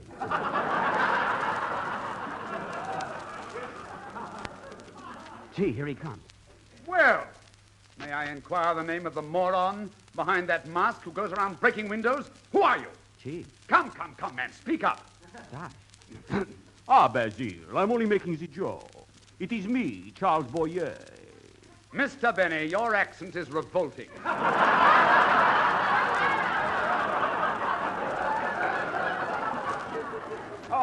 Oh, hello, Basil. Hello, how'd you know it was me? You wore that same costume last Halloween when you tipped over my doghouse. Oh. I want that dog back. Where is he? Well, he had pups today. You're a fine Sherlock Holmes. Now, look, Basil, I'm sorry I threw that rock. It was an accident. Accident or no accident, you'll pay for that window. All right, I'll pay for it. Mr. Benny, what are you doing there? I'm untying my tail. What do you think I'm doing? I'm very sorry about the whole thing, Basil. I won't bother you any more tonight. I'll go and join my gang. I suppose you're going to continue this mischievous business. Well, listen, to tell you the truth, we're going over to Charles Lawton's house. You know those flower pots he's got on his front porch? Yes. Well, listen, we're going to tip him over one by one. He'll go crazy when he hears that racket. I dare say, Lawton has a fierce temper. You said it. Well, so long, Basil. Happy Halloween. Goodbye. Lawton's house, eh? Flower pots. Wait a minute, Jack, old boy, I'm going with you. What? You going to join us? I'll tell my wife. Be back later, darling. Hey, fellas, have I got a surprise for you? Come on, Basil. Yippee! Here, listen, here's what we'll do. First, we'll go to Lawton's house. Then we'll go over to Claudette Colbert's and ring the doorbell, see? And when she comes out, I'll grab her and kiss her, and you can kiss her, too.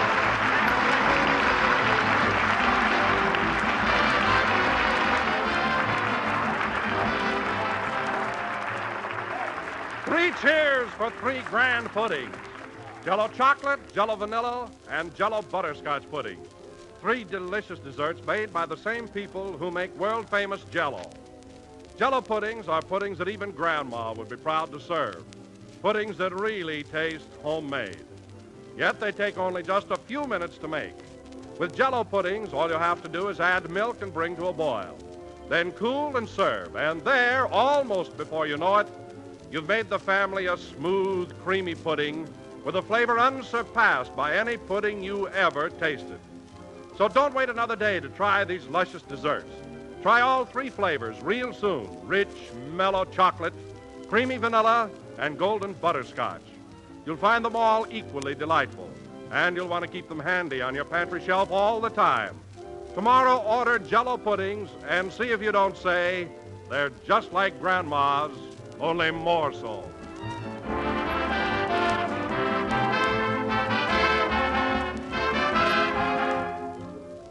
is the last number of the 5th program in the current Jello series, and we will be with you again next Sunday night at the same time. And now, ladies and gentlemen, I would like to thank Mr. Rathbone for appearing on our program tonight. Also, at this time, I would like to announce that the motion picture drive for the community chest this year starts tomorrow, November 3rd. I'm sure that all of us here in Hollywood will do our bit, and I hope all of you will contribute to your local chapters. Good night, everybody.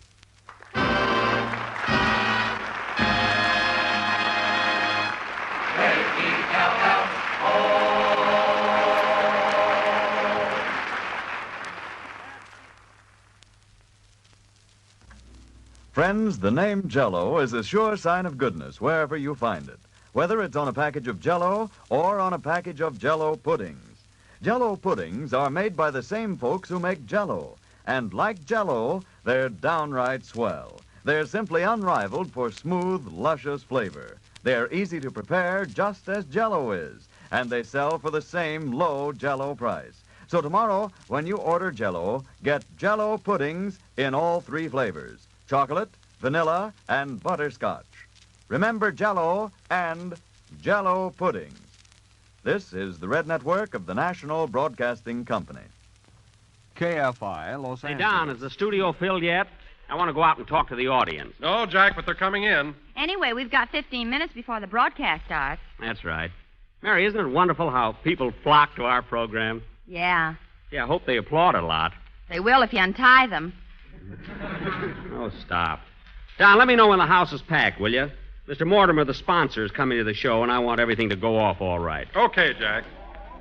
Have your tickets ready, please. This way for the Benny program. Right this way, soldier. Say, Usher, is this the Grape Nuts program? Yes, indeedy. And this is my first week with it.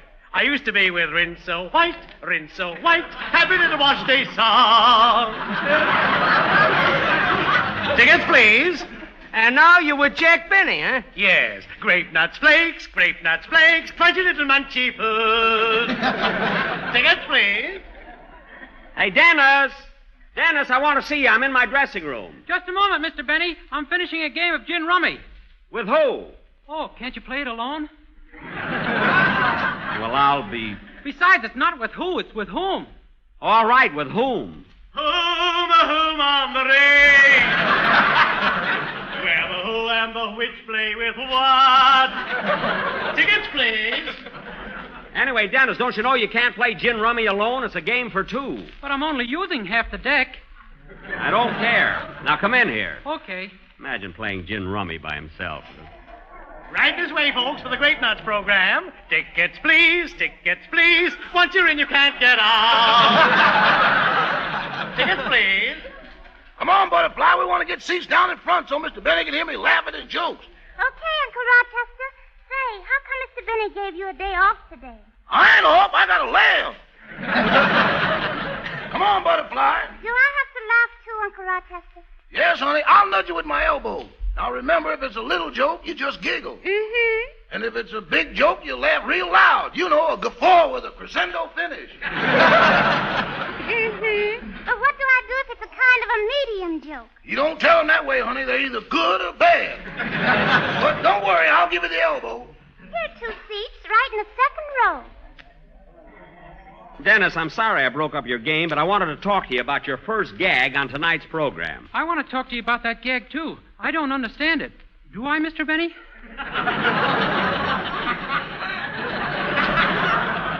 Well, let's rehearse it anyway. We'll be on the air in a few minutes. Now, you ask me the question. Okay. Say, Mr. Benny, did you hear about the lumberjack that was always chasing dames? No, Dennis. What about the lumberjack that was always chasing dames? He was sort of a timber wolf.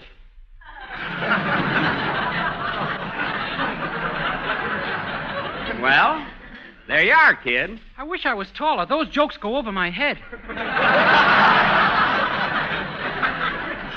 Dennis, let me explain it to you. Lumberjack, always chasing dames. Lumber, timber. Chasing dames, wolf. Timber wolf. Ow! See? Oh, now I get it. Your feet hurt from chasing dames. Well, look, Dennis, when we come to the gag, just tell it and don't worry about it. Okay. Hey, Jackson. Oh, hello, Phil. You know, I was just thinking. Now, if we get a laugh on the program and it runs too long... Yeah? Well, then maybe I can cut the allegro movement of my orchestra number and just leave in the pizzicato for the violins. Yes, you could. And then if we have to, I can fade the last 8 measures to pianissimo and then segue maybe to the andante. Well, that's swell, Phil, but we'll only do it if we're stuck for time. Say, Jackson. What? Isn't it funny how we fool our audiences and make them think I'm a dumb guy and don't know anything about music? Yeah. Well, that's show business, You know, next week I might even play something classical, just to show the people I can do it. That's a swell idea, Phil. What would you play? Oh, I don't know. Something by Rimsky-Korsakov or Verdi or Schubert or Ernest Hemingway. Ernest Hemingway? I had to mention him. He's the guy that taught me how to pronounce Rimsky-Korsakov. Oh, I should have known you couldn't get past Rimsky without help. Well, see you later, Jackson. Okay. Tickets, please. Tickets for the Benny program. Tickets, please. Just a minute, mister. Yes? You've got to have a ticket. Well, I don't believe I need one. I'm Mr. Mortimer, the sponsor. Oh, come now, chum. You can think up a better one than that. But it isn't necessary. I really am the sponsor. Look, buddy, all I know is I got a uniform with 3 pockets. And if they ain't full of tickets at the end of the show, I lose my job. So don't hold up the line, please. Well, I'll just go to the stage door. I'm sure I won't have any trouble there. Good luck, mister. Tickets, please. Oh, Mary! Yes, Jack? I want to see you a minute. Will you come into my dressing room? Okay, but you'll have to leave the door open. Oh, don't be silly. Well, what do you want, Jack? Mary, our sponsor, Mr. Mortimer's in town. He's coming over to catch the show. Be on your toes, will you? Oh, you and your sponsor. With all the money you make on Christmas cards, what are you worried about? Well, he's one of my best customers. I thought so. Say, Jack, I'm glad you called me in. I'd like to talk to you about that corny gag you want me to do in the first spot. It's awful. What corny gag? The one where you say to me, say, Mary, since tonight is Halloween, what shall we have for dinner? Uh-huh. Then I say, let's take the inside out of a Frankfurter and have a Halloweenie.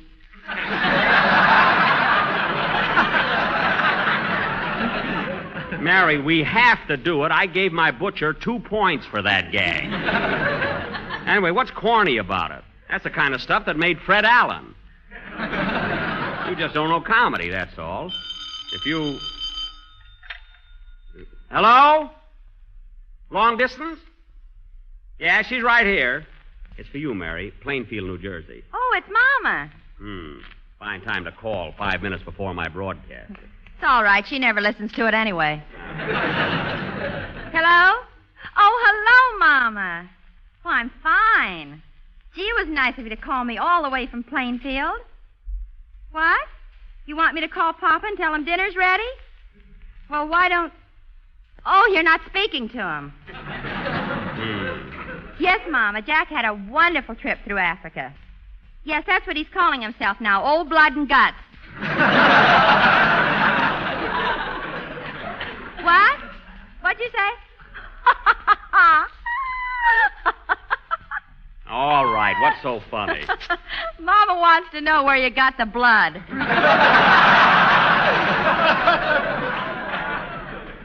Tell her I got it all over. Ha, ha, ha. Mama, Jack says he's got it all over. Yeah, I think it does, too.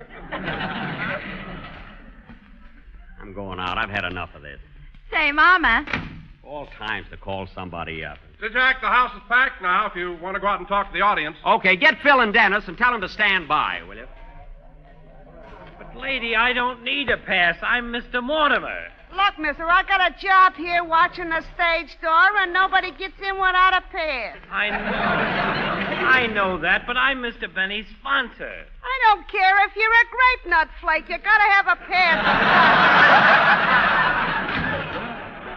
Jack, we'll be on the air in 5 minutes. You better get out on stage. Okay. Hey, Uncle Rochester. What is it, Butterfly? Mr. Benny don't look so very old. I think he's tall, cute, and handsome. You're looking at Mr. Harris, honey. See, his hair is curly. Well, what kind of hair has Mr. Benny got? Mr. Benny's hair is... Uh-oh. I'm in for it. I still got it in my pocket.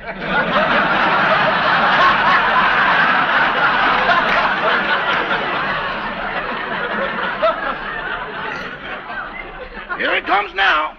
When I give you the elbow, laugh, honey. Well, well, well. Hello, everybody.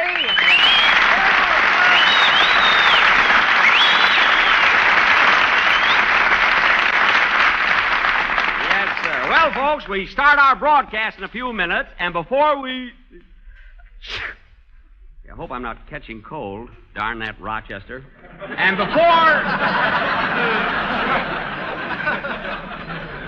And before we do, I want to tell you a gag about Halloween that'll kill you. As soon as we go on the air, we'll be spooking on a ghost-to-ghost hookup. Yes, sir. That's lousy, isn't it, Uncle Rochester? It sure is, honey, but here's my elbow.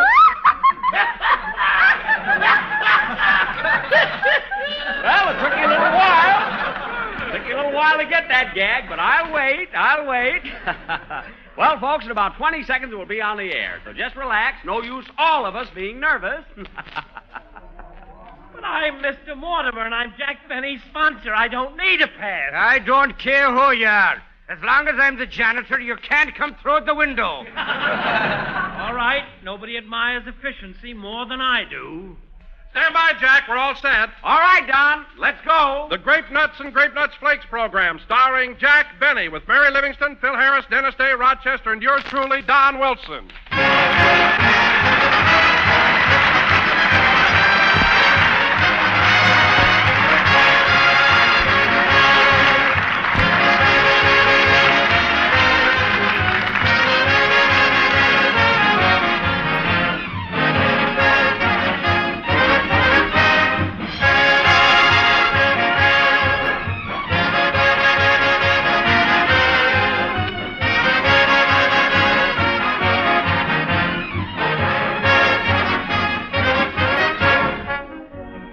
Folks wouldn't try to start a furnace without any coal, but I'll bet plenty of you go to work in the morning without stoking up properly yourselves, and that's not the way to do your best morning's work.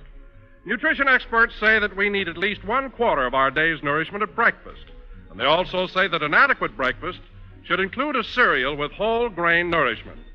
Well, friends, better make your featured dish tempting, malty-rich grape nuts, for grape nuts do bring you those important whole grain food values. And grape nuts are so delicious, you'll enjoy them more every time.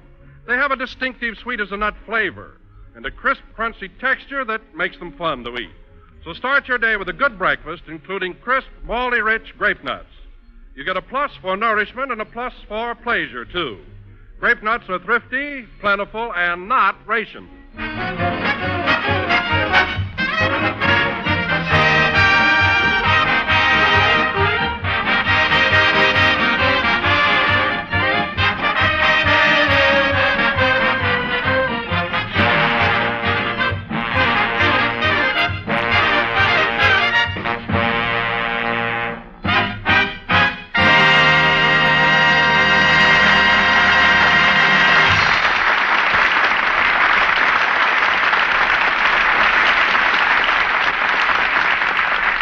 And now, ladies and gentlemen, since tonight is Halloween, we bring you a man who can't wait till it gets dark so he can ring doorbells, tip over ash cans, and write, "I love Jack Benny" all over Bob Hope's house. Jack Benny!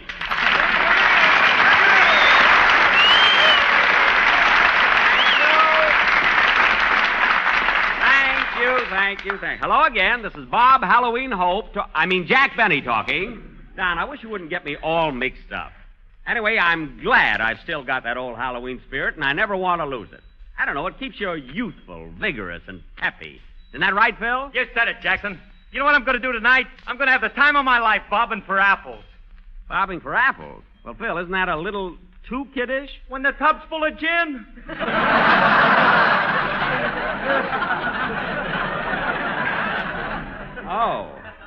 I didn't know. Wait a minute, Phil. You mean to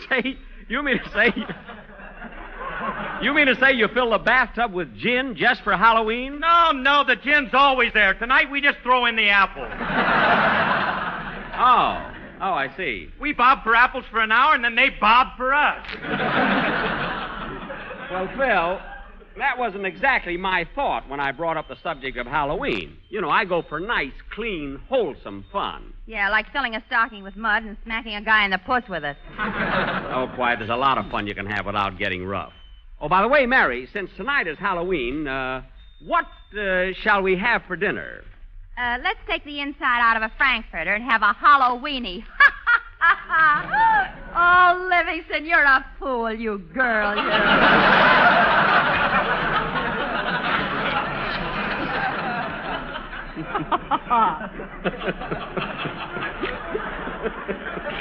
What? Well, I guess I saved that one. It wasn't necessary. That joke was all right. If ever a gag needed a convoy, that was it. Well, look, Mary, if you don't like the stuff I give you, write your own material. Maybe I should. And now, folks... Hey, Mr. Benny. Oh, hello, Dennis. Hello. Well, I'm all ready for Halloween. I got my stocking full of mud. I know, Dennis, but you're not supposed to wear it. What a kid. Oh, by the way, Dennis, is it true that you just got a letter from your cousin who's a lumberjack? Oh, boy, here it comes. You know, Mr. Benny, that reminds me. Did you hear about the lumberjack that was always chasing dames? No, Dennis. What about the lumberjack that was always chasing dames? He was full of timber.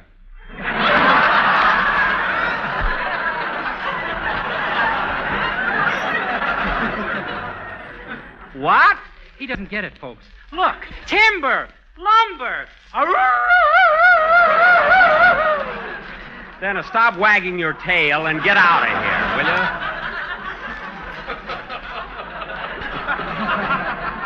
And now, folks, oh, brother. And now, folks, I'd like to announce that next Sunday night we will broadcast from the Marine Corps Air Station in the Mojave Desert, where we will do all of our... Come in. Mr. Benny, my name is Getz. E.D. Getz. I'm a reporter with International News Service, and I came here to get an interview. Well, what's on your mind, Mr. Getz? I'd like to know more about your overseas tour. Where did your trip originate? In Washington, D.C. Uh-huh. Did you leave Washington the same time Mrs. Roosevelt did? Who hasn't?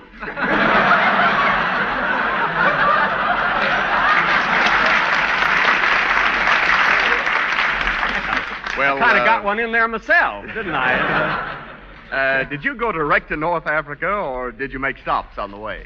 Well, Mr. Getz, I went to Miami, Florida first, where we stopped for about 3 hours. Then we went on to Puerto Rico. I'm sorry, honey, my elbow slipped.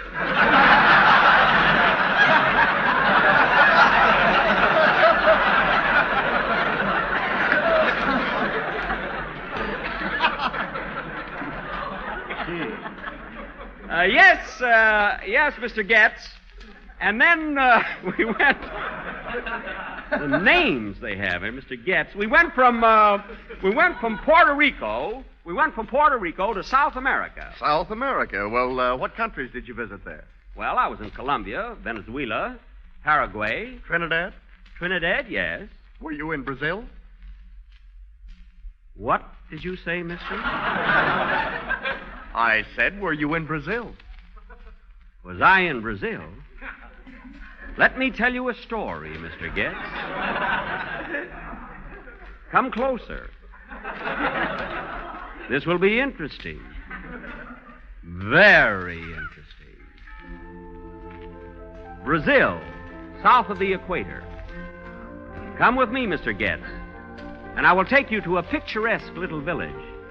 Warm, tropical, serene, where you will meet a friend of mine, a provincial fellow steeped in the tradition of this peaceful village. I think you will like him. His name is Manuel. Si, Senor Getz. You are very fortunate you have met me before siesta time. Now we are alive and busy. Oh, you mean you're peppy? No. Last Sunday I was peppy. Today I am Manuel. Anyway, senor, soon will be siesta time. I will show you how everybody sleep in the sun. Everybody here lazy. Well, what about the natives? Don't they work? Work? What means this word work? Well, work is when you get up early in the morning and... No. You jump out of bed No. You throw on your clothes, gulp down your breakfast, rush to the office and... No. And for 8 long hours you work No, do not tell me more. It is a bad word. I think I wash my mouth with soap. Excuse me, senor. I lose my temper. But here life is so easy. Everybody sleep, everybody lazy. You know, Manuel, Oh, pardon me. For what, senor? I just yawned. Oh, it is you who must pardon me, senor. I forgot to say Gesundheit. Please forgive. Oh, but you only say Gesundheit when one sneezes. Here, nobody sneezes. Everybody lazy.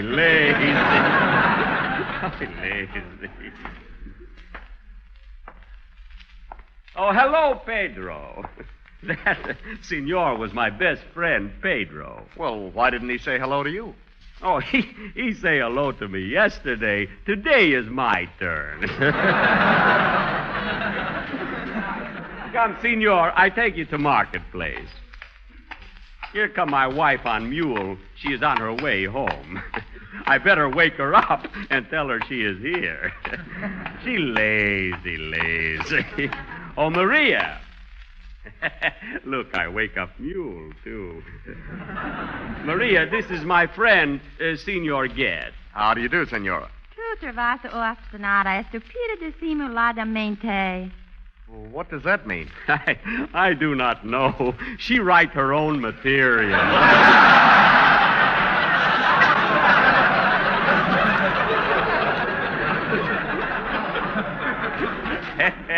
You know, Mr. Getz, I must tell you, last week I called my wife, I call her my little cobra. Then I say Claudette Cobra. I make what you call ad lib. You know, I ad lib like Senor Eddie Cantor, you know. He got 5. He no lazy. He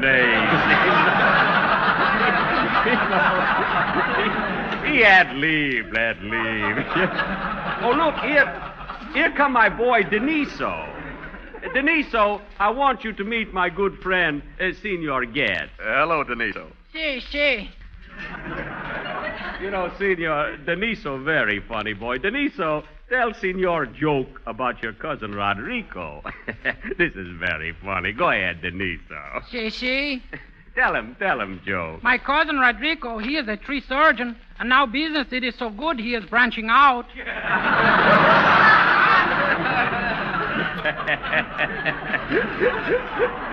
You understand, senor, he has cousin tree surgeon who is branching out tree, branch, wood. Is that not right, Deniso? Si, lumber.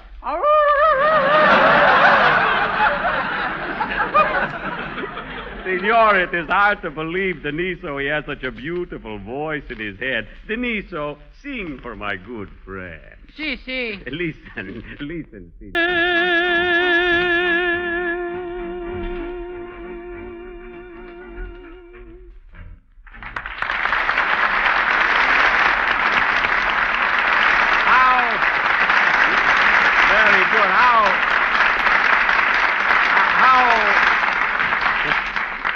How you like that, Senor Getz? Oh, very good. You know, Senor, sometime when he sing, I also play the violin. I think I will play... Come back, Senor Getz! I will show you. When I play my violin, everybody on the street, they no sleep, they join in and sing.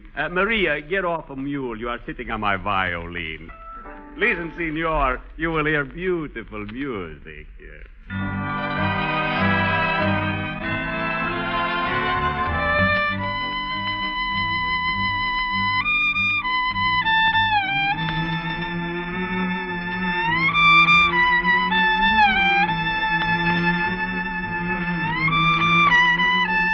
Grape Nuts Flakes, good to munchie on. Grape Nuts Flakes, for your munchie on. Grape Nuts Flakes, Try a Buncheroo Grape Nuts Flakes, nice and crunchy too.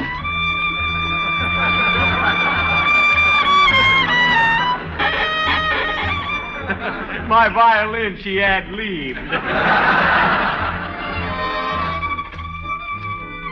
Grape Nuts Flakes, for a new delight. Grape Nuts Flakes, morning, noon, or night.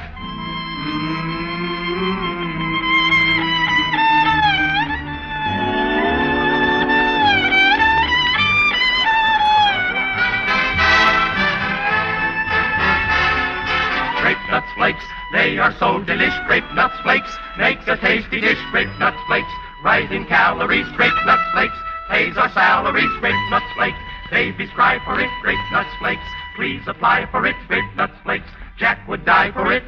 Grape Nuts.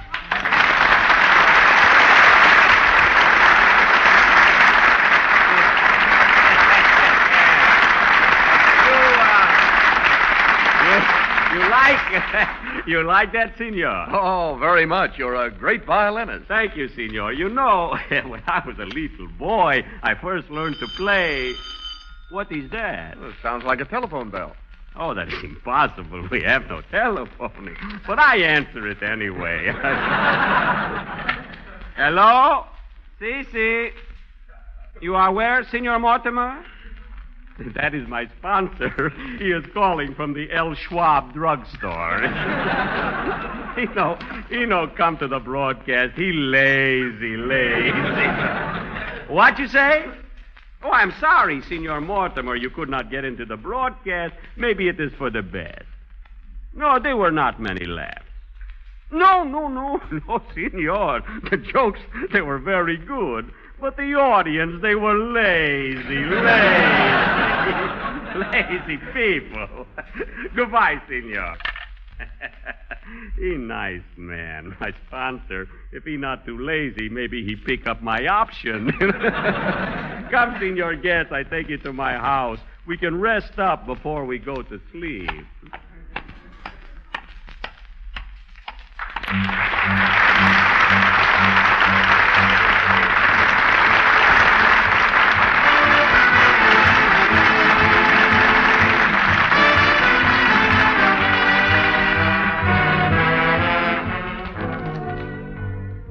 Well, friends, right now our country is up against a serious paper shortage, and there are three things that you can do to help. Sell your supply of waste paper to a junk dealer, donate it to some local charity, or see your local salvage committee about having it collected. And here's what you can do to help save precious paper right at the source. Buy as many foods as possible in large-sized packages instead of smaller ones, because it takes less paper per pound of product to pack in the larger sizes. And as you know, you do yourself a favor, too, by getting Grape Nuts Flakes in the large size package. You save up to 14 cents on every dollar spent when you buy Grape Nuts Flakes regularly in the large package instead of the smaller one. And you do your family a favor every time you treat them to Grape Nuts Flakes. That crisp, toasty texture, that sweet as a nut flavor just plain hits the spot. So ask your grocer for Grape Nuts Flakes in the big 12-ounce economy size package.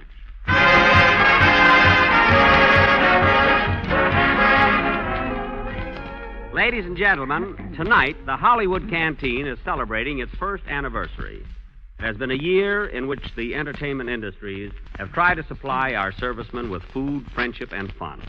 It is the least we can do for those who are doing the most. Say, Mary, you want to go with me? I have to go over and rehearse with Burns and Allen. I'm going to be on their program. You are? Yeah, you see, I know, lazy.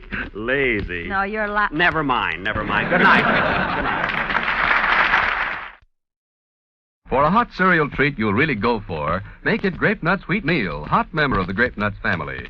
Grape Nuts Wheat Meal is luscious with roasted wheat flavor, with a distinctive texture that's smooth but full-bodied and substantial. It cooks to perfection in 3 minutes flat. And hot Grape Nuts Wheat Meal is a rich brown whole grain cereal, so it's packed with wonderful nourishment. Try rich, hot Grape Nuts Wheat Meal. This program came to you from Hollywood. This is the National Broadcasting Company.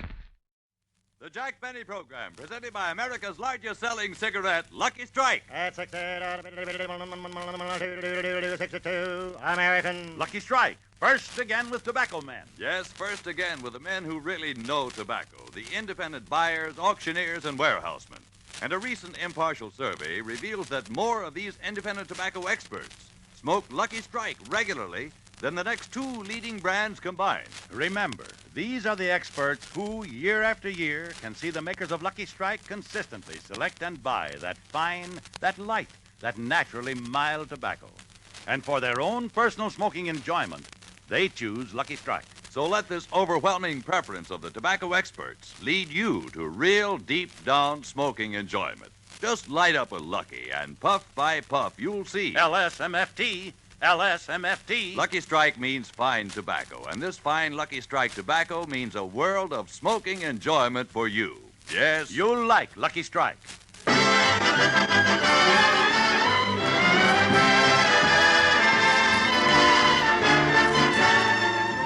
The Lucky Strike program starring Jack Benny with Mary Livingston, Phil Harris, Rochester, Dennis Day, and yours truly, Don Wilson.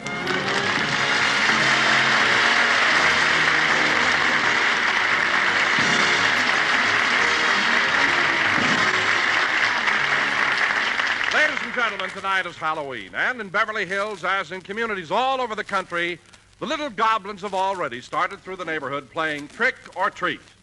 Well, this is the last house in the block. Before we go to the next street, I think we ought to put all the stuff we got in one big bag. You go first, Bobby. I'm Joy. Bobby and me changed masks. Well, it doesn't make any difference.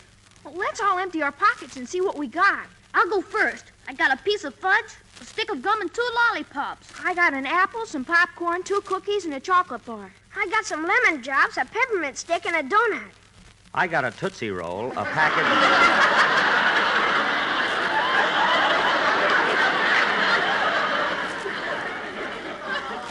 a package of Lifesavers, and a can of Strong Heart.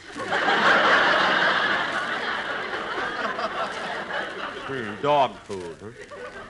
Hey, fellas, we're wasting time. Let's get over to the next street and knock on some more doors. Let's go. Hey, Bobby, there's that new kid that moved into the neighborhood. Oh, yeah.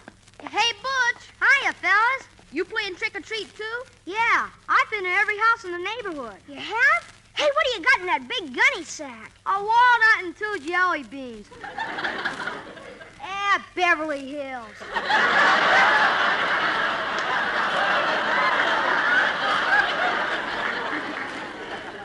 Say, Butch, I want you to meet the treasurer of our club, Mr. Jack Benny. Hiya, Mr. Benny. Hello, Butch. You can be very proud that you've met Mr. Benny. I can't? Why? You've just shaken the hand that knocked out Gene Tunney. Gosh, Gene Tunney. With that old right cross to that kisser in the 3rd round. Right, killer? Well, I know that you kids have a tendency to exaggerate. It was in the 7th round. That's what it was, huh? And tell Butch why Mr. Benny went to England this year. Yeah, Mr. Benny was the most decorated athlete in the United States Olympic team. Gee, what if that was Ian? Are you kidding? In the same afternoon, he won the 100-meter dash, the pole vault, the discus throw, the broad jump, the high hurdles, and the diving contest. Holy smoke! And then he had to run 12 miles back to the Palladium to be in time for his evening performance. Gee whiz! And it wasn't easy running with all those medals on. Oh, boy, what an athlete. Yeah, but Mr. Benny doesn't want anybody to know it. He even wears big pads in his coat so his muscles won't show.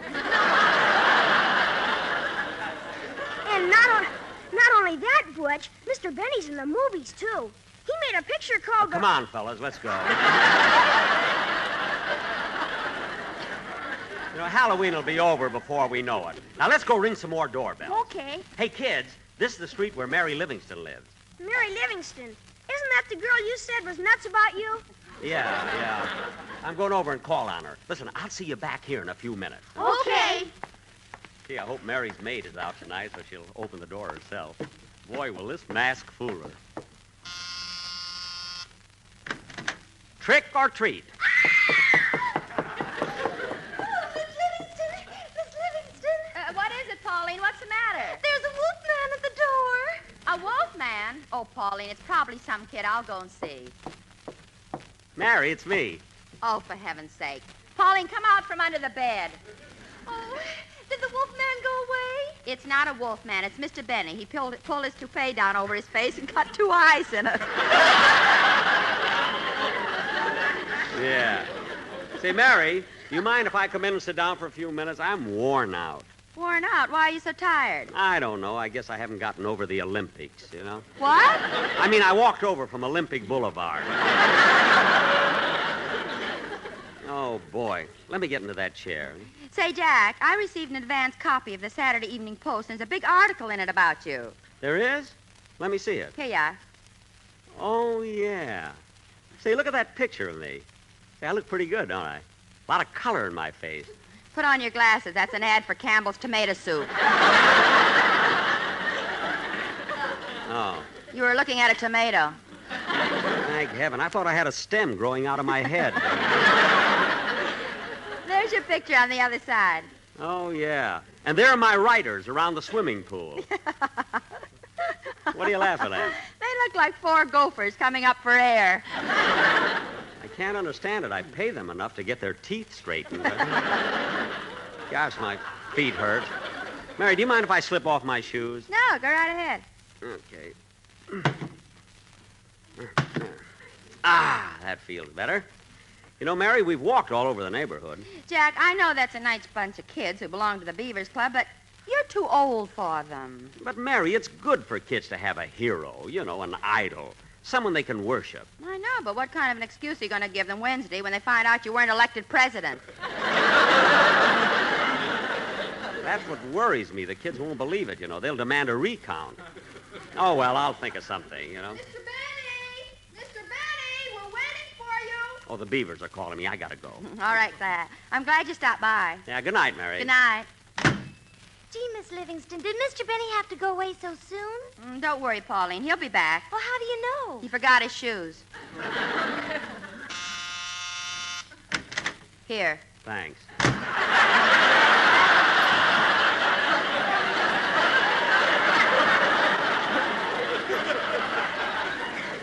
All right, fellas, I'm coming. Now, let's go ring some more doorbells. Yeah, and let's hurry. I gotta be home by 10 o'clock. Me, too. That's what I told me old lady. Butch, you ought to be ashamed of yourself. Now, what kind of language is that for a beaver? Told me old lady. Told me, old lady.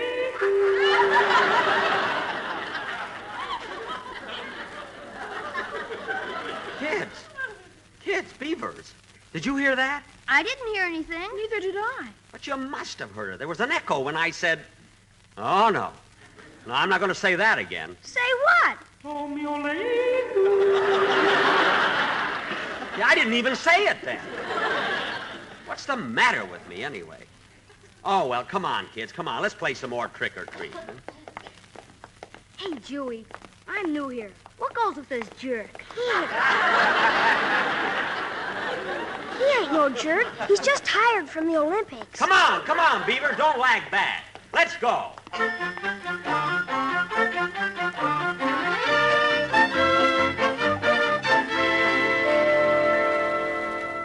Gee, kids, we've walked about 3 miles since we left Mary's house. Hey, Mr. Benny, isn't this the house where Dennis Day lives? Yeah. Hey, let me go up alone. I want to scare Dennis's mother. You kids wait here. I think I'll look in the front window first, see if Mrs. Day is home. Good, it's open, too.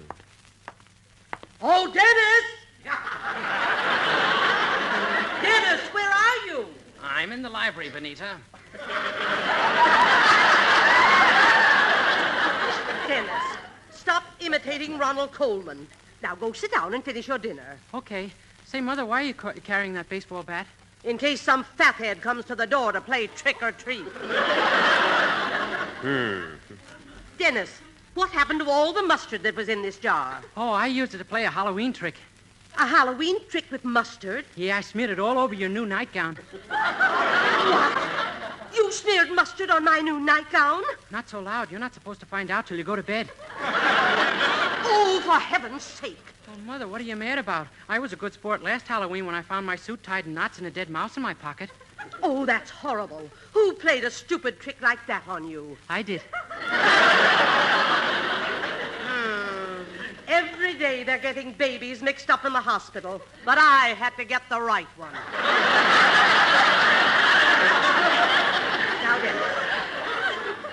Getz, you've got to rehearse your song for the program. Yes, Mother.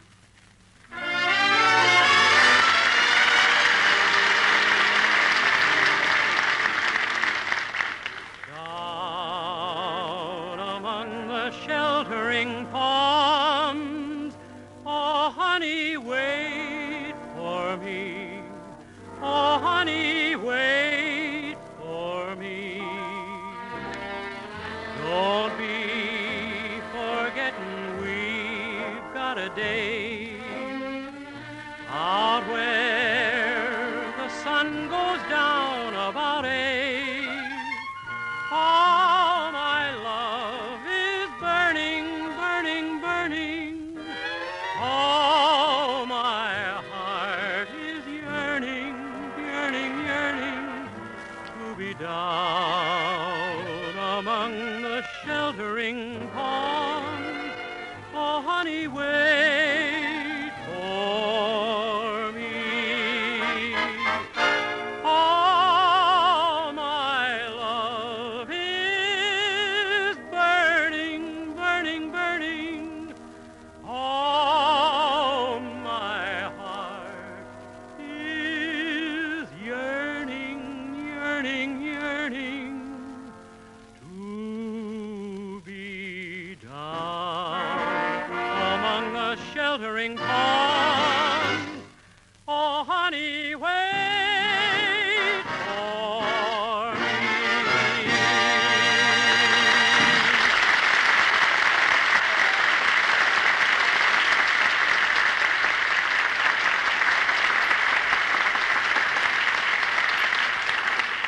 Boy, I'm getting out of here. I wouldn't go near Mrs. Day with that baseball bat in her hand. Hey, Mr. Benny, did you scare Dennis's mother?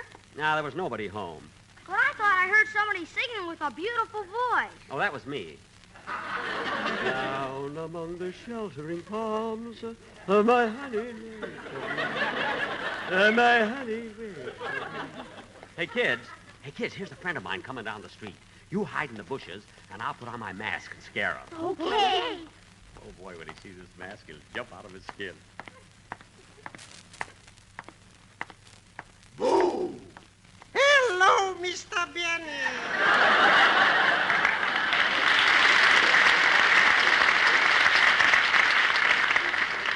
Oh, hello, Mr. Kitzel. How'd you recognize me? Who else wears button shoes?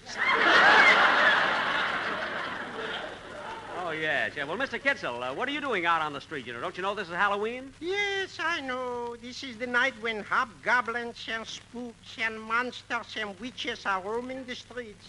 Well, then what are you doing out? I'm looking for my wife. Oh. You know, we went to the movies and we got separated by the crowd. Oh, the movies. Now, what picture did you see? Johnny Belinches. No, Mr. Kitzel. Mr. Kitzel, that's Johnny Belinda. Oh. And wasn't Jane Wyman wonderful in that picture? She played such an unusual part. She was dumb and she couldn't speak a single word. Ooh, to have a wife like that. Oh, your wife talks a lot, huh? All the time, all the time. What does she talk about? Who listens?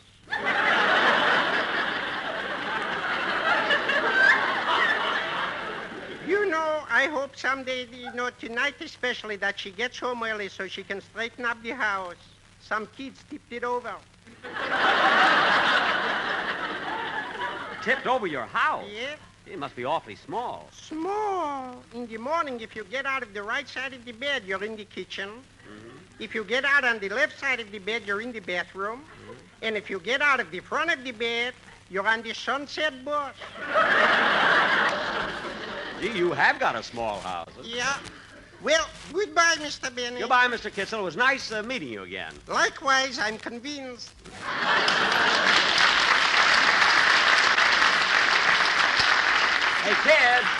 Hey, kids, Beavers. Beavers, where are you? Well, here we are, Mr. Benny. When you were talking to that man, we rang some more doorbells. Yeah, we're dividing up the stuff we got. We dumped it out on the sidewalk. We got a lollipop, a stick of gum, a penny, a bottle of Coke, and a Tootsie Roll. I'll take the Coca-Cola. I'll take the Tootsie Roll. I'll take the lollipop. Now it's between you and me, Mr. Benny. Which do you want, the stick of gum or the penny?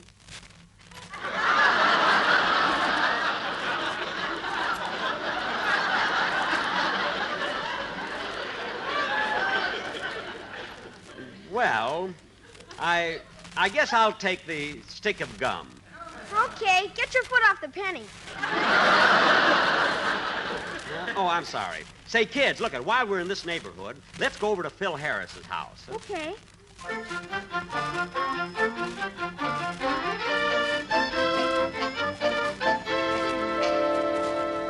Ah, here we are, boys. This is Mr. Harris's house. Now, look, you kids go up to the door, and I'll hide here behind these bushes. Okay. No, fellas, this has been an awful tame Halloween. Yeah, let's have some fun. Let's tip over Mr. Harris's trash can. Okay, here goes.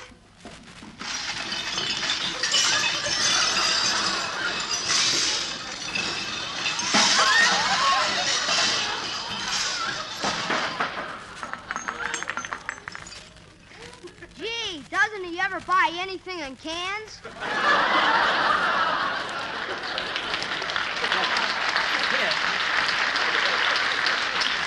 Kids, go ahead and ring the bell. Okay, I'll ring the bell and then we'll all hide. I guess Mr. Harris isn't home. His wife answered the door. Yeah, look at her standing there. Isn't she beautiful? Well, who is it? Who rang the bell? She's beautiful, all right, but she sure got a deep voice. Oh, there you are. Hey, you boys out celebrating Halloween? Uh-huh. Trick or treat. Oh, trick or treat, huh? Well, which would you kids rather have?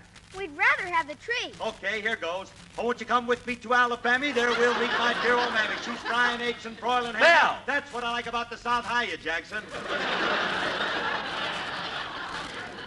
You with these boys, or are you working solo?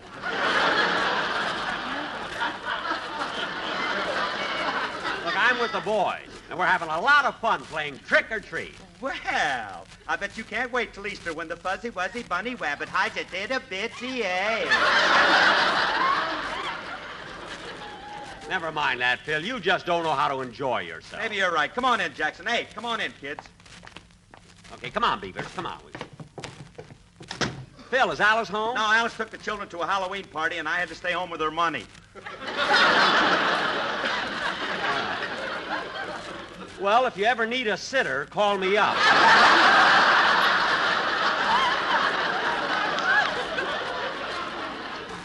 So you're here all alone, huh? Yeah, but I don't mind, Jackson. I've been sitting here looking through my old picture album. You know, when I was a kid. Can we see them, Mr. Harris? Sure. Hey, look, there's a picture of me in school when I was in the first grade. See it? Gee, what a cute bunch of little kids. But the teacher looks kind of familiar. That ain't the teacher, that's me.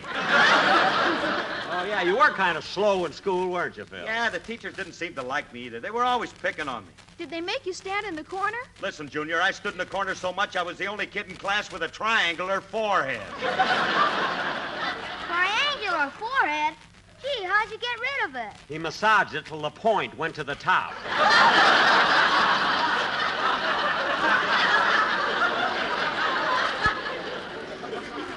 Say, Phil, this picture here, that's Remley, isn't it? Yeah, that's Frankie. That picture was taken 18 years ago, the day he got out of school. Oh, on graduation day. Well, why isn't he wearing a cap and gown? Look, Jackson, the school Remley went to, you didn't graduate. You just had to be able to get over the wall.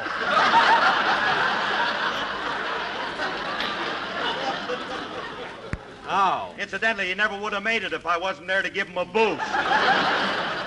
Phil, I think you're just... Oh, excuse me a minute, Jackson. Hello, this is the residence of Phil Harris and Alice Fay. Oh, I'm sorry, honey. I didn't know it was you, or I'd have given you top billing. No, I'm not alone. Jackson dropped in with a bunch of kids, so I brought out my album, and we got to talking about old times. You know, effervescing. That's reminiscing. I know, honey. One of the kids just told me. What did you call me for, baby? Oh, okay. I'll be right over and get you. Well, we've got to run along, Phil. Okay, Jackson. See you tomorrow. So long, kids. Bye. Bye. Gee, that Phil Harris is a nice guy. But I wish his wife, Alice Fay, was home. Yeah, she's beautiful. She certainly is. She's got the bluest eyes I've ever seen. Oh, yeah? Come over here under the street light. There. Now, come on, kids. We've got about 5 more houses. Now, look, where do we go next? Hey, I know a good Halloween trick. What? Well, there are 5 of us. Let's go tip over Don Wilson. No. No, we mustn't do that. But I know what. Let's go over to Mr. Wilson's house anyway. Okay. Come on, Beavers. Come on. It's getting late.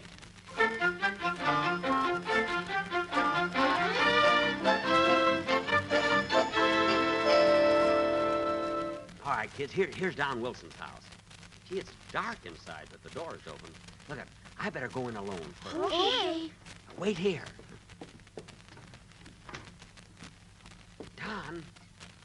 Don. It's so dark in here. Don, where are you? Jack, we're in here. Me and the sportsman. Oh. Well, Don, what are you doing in this big house with all the lights out? We're telling ghost stories. Jack, we have a wonderful Halloween song we want to do. You have? Yeah. There are a few places where you join in, and there's one place where we want you to do a weird, crazy laugh. A weird, crazy laugh? All right, let's start. Well, we have to wait about 10 seconds yet. Why? We can't start till 9:26 Boulevard Witch time. Oh. All right, but look, we've only got about 5 seconds more. Ready, everybody?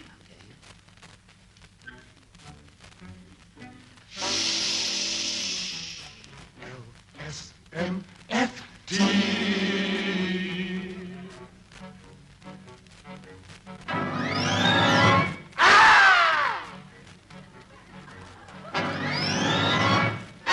Come, we will give you a thrill. There's a house on a hill, full of spooks, but we will frighten them away. Take off my toupee. Come, with the wolves we will prowl. This is our night to howl, and we'll hoot like an owl. Hoot, hoot. We are the goblins who know where the warm breezes blow and tobacco leaves grow. LSMFT. That's the smoke for me. So take a tip from a ghost. Use tobacco they toast. It's the one we like most. Up, up. Now? Go! Oh. Now? Yes! Go! Aren't we the ones? Look, there goes the skeleton. I'm shaking like gelatin. Before you get frightened, you'd better start lighting the lucky, and then we can go. So take a puff and you'll see, and we're sure you'll agree, and say lucky's for me. They are first again with Tobacco Men. Now, if you'll hand us our broom, we'll be leaving here soon, and go haunting for F.E. Boom.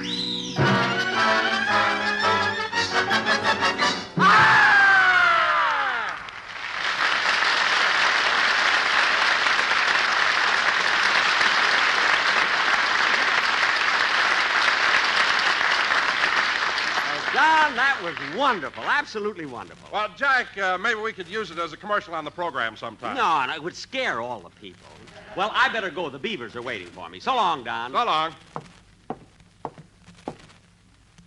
Ouch. Imagine putting a mouse trap in a fruit bowl.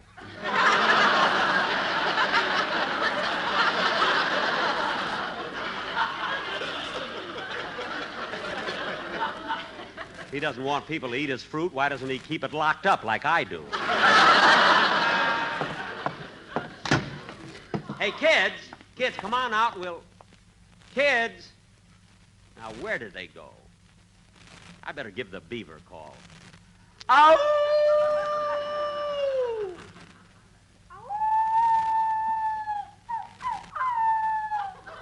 Gee, that's the Beaver's distress signal. I better hurry. Coming, fellas! Coming!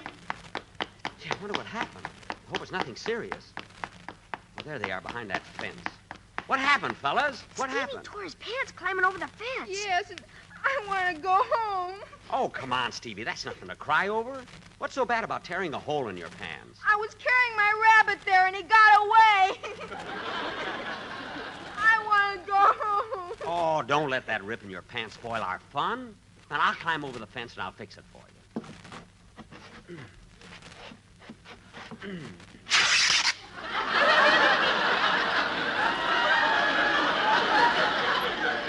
Well, so long, fellas. I better go home, too. Well, we all better go home, huh? Okay, Mr. Benny, but before we break up, we want to say something to you. Yeah, what is it? What is it, man? For he's a jolly good beaver, for he's a jolly good beaver, for he's a jolly good beaver. And he's only 39. Thanks. Thanks a lot, fellas. Thanks a lot. See you at the next meeting. Good night. Good night.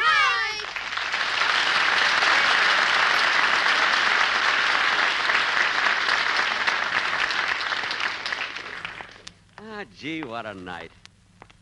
Such fun. Ah, it's great to be young. La la la la la la la la la la la la. Uh-oh. I wonder... Well, it won't hurt to try.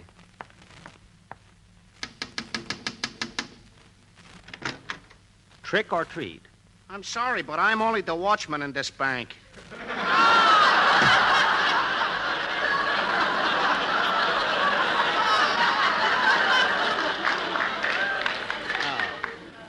Can't understand it. Some people never want to get into the spirit of this thing. Well, I might as well go home, I guess. La la la la la la la la la la la la la. Hop, hop, till you drop. Skip, skip, don't you trip. Step on a crack, you break your back. Oh, darn it, I stepped on one. Man, nobody saw me. La la la la la la la la la la la la la la. For I'm a jolly good beaver, for I'm a jolly good beaver, for I'm a jolly good beaver. Why don't I pay my dues? Why don't I pay my dues? Jack will be back in just a moment, but first... A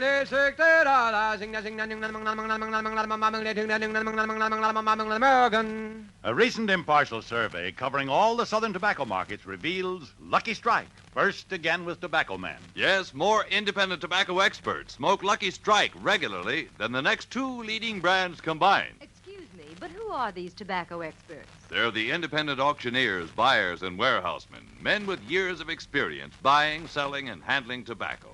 And it's important for you to know that more of these independent tobacco experts smoke Lucky Strike regularly than the next two leading brands combined. You've heard the survey results. Now, here's what Mr. James Alfred Walker, veteran independent tobacco buyer, who's attended more than 3,000 tobacco auctions, recently said. At market after market, I've seen the makers of Lucky Strike buy good, ripe tobacco.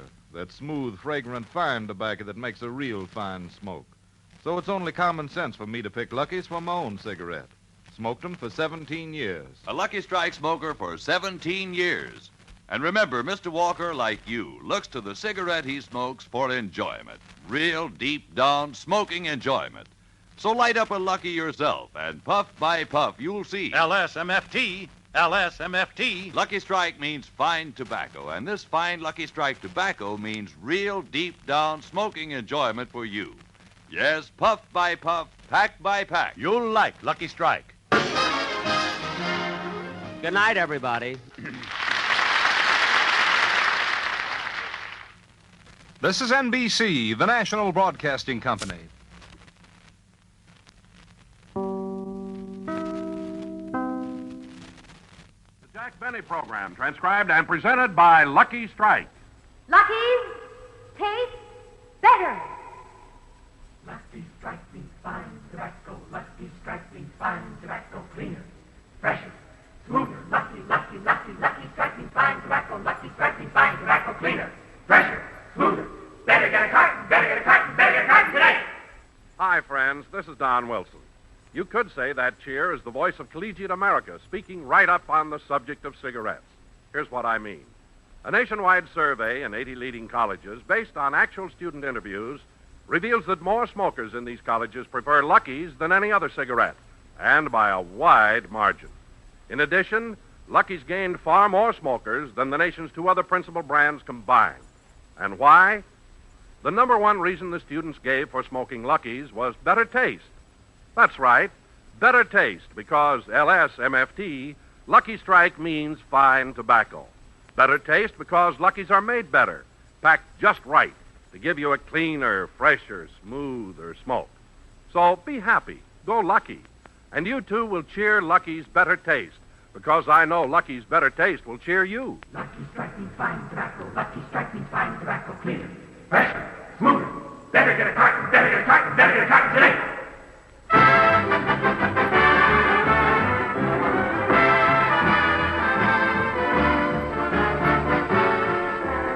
The Lucky Strike program starring Jack Benny with Mary Livingston, Rochester, Dennis Day, Bob Crosby, and yours truly, Don Wilson.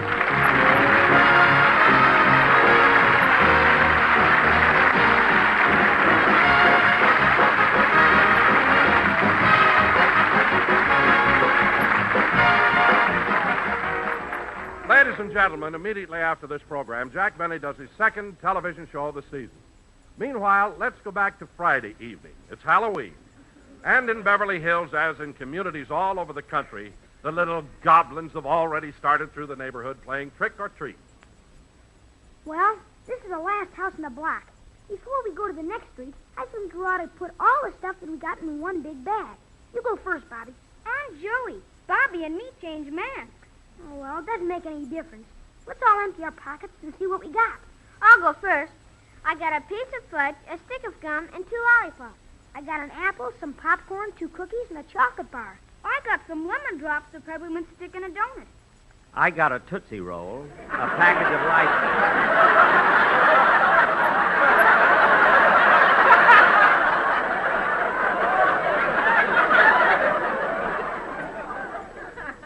And a can of Strong Heart. Dog food. Hey, fellas, we're wasting time. Let's get over to the next street and knock on some more doors. Yeah, come on, kids, let's go. Yeah. Hey, Bobby. Hey, Bobby, there's that new kid that moved into the neighborhood. Oh, yeah. Hey, Bud. Hiya, fellas. Butch, I want you to meet the treasurer of our club, Mr. Jack Benny. Hiya, Mr. Benny. Hello, Butch. You can be very proud that you've met Mr. Benny. I can? Why? You've just shaken the hand that knocked out Gene Tunney. And tell Butch why Mr. Benny went to Finland this year. Yeah. Mr. Benny was the most decorated athlete on the United States Olympic team. Well, gee, what event was he in? Are you kidding? He won the 100-meter dash, the pole vault, the discus throw, the broad jump, and the high hurdles. Holy smoke! That was in the morning.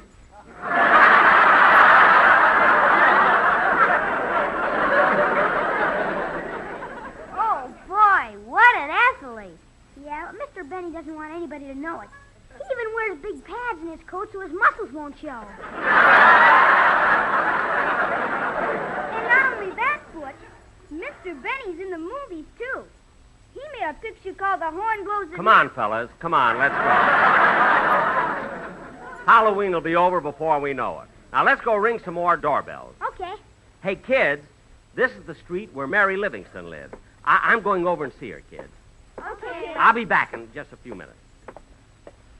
Gee, I hope the maid is out tonight so Mary will open the door herself. Boy, will this mask fool her.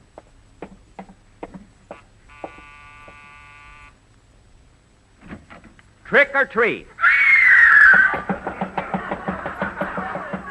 Miss Livingston.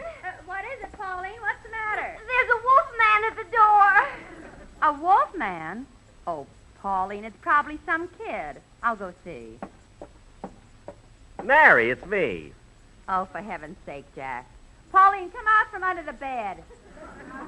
Did the wolf man go away? It's not a wolf man. It's Mr. Benny. He pulled his toupee down over his face and cut 2 eyes in it.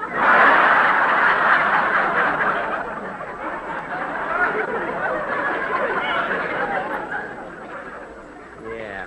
Mary, do you mind if I come in and sit down for a few minutes? I'm worn out. Worn out? Why are you so tired? I don't know. I guess I haven't gotten over the Olympics. What? I mean, I walked over from Olympic Boulevard. Oh, boy, let me get into that chair. Say, Mary, I'm not keeping you from anything, am I? Well, not right now, Jack, but in a little while I've got to go over and help my sister Babe with a Halloween party. Babe's having another Halloween party? Funny she didn't invite me. Well, after what happened last year, you can't blame her. What a cheap costume. What do you mean? He didn't spend a dime. He put on a pair of shorts, stood out in the cold, and came as little boy blue.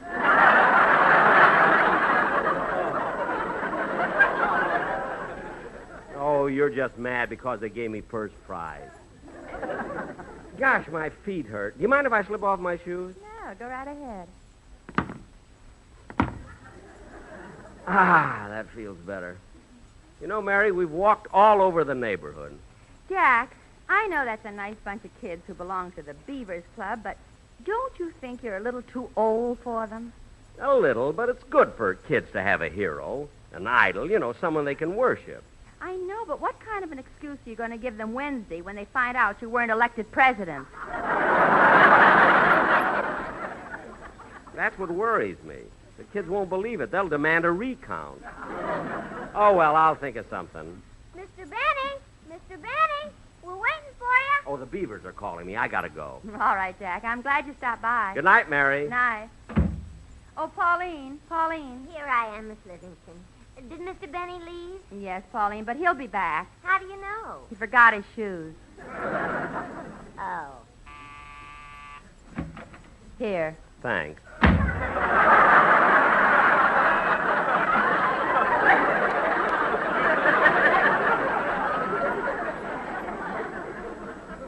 All right, fellas, I'm coming. Let's go ring some more doorbells.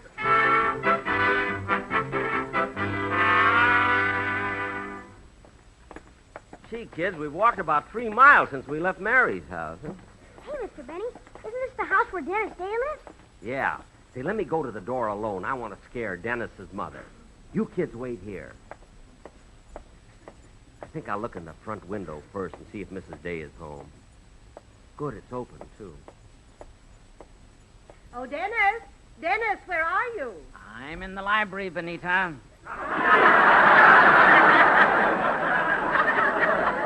Dennis, stop imitating Ronald Coleman. Now go sit down and finish your dinner. Okay. Say, Mother, why are you carrying that baseball bat? In case some fathead comes to the door to play trick or treat.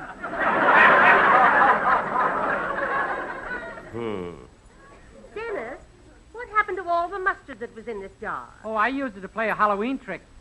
A Halloween trick with mustard? Yeah, I smeared it all over your new nightgown. What? You smeared mustard on my new nightgown? Not so loud. You're not supposed to find out till you go to bed. Oh, every day they're getting babies mixed up in hospitals. But I had to get the right one. Now, Dennis, you've got to rehearse your song for the program, so let me hear it. Okay, Mother.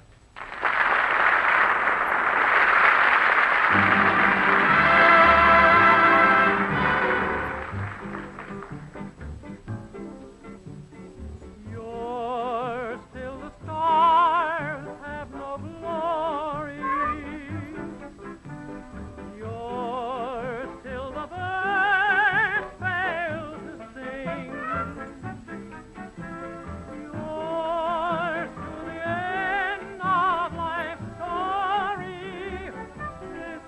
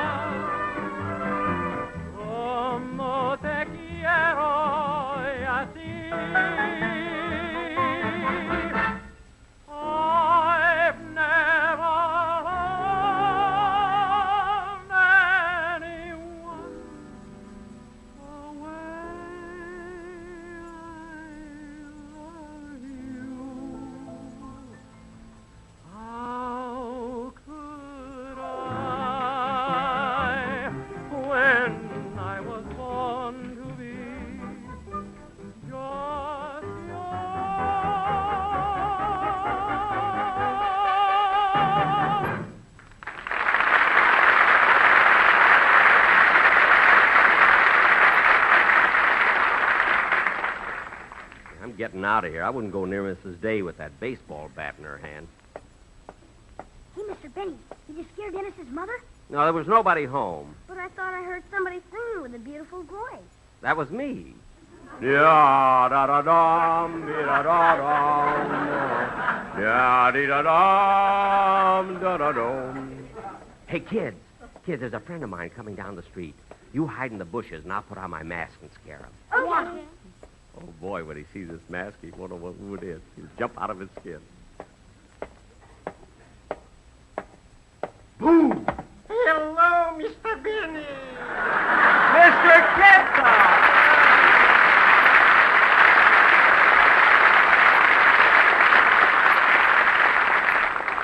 Mr. Kitzel, how'd you recognize me in these old clothes? You were dressed the same way at the opening of the Stettler Hotel.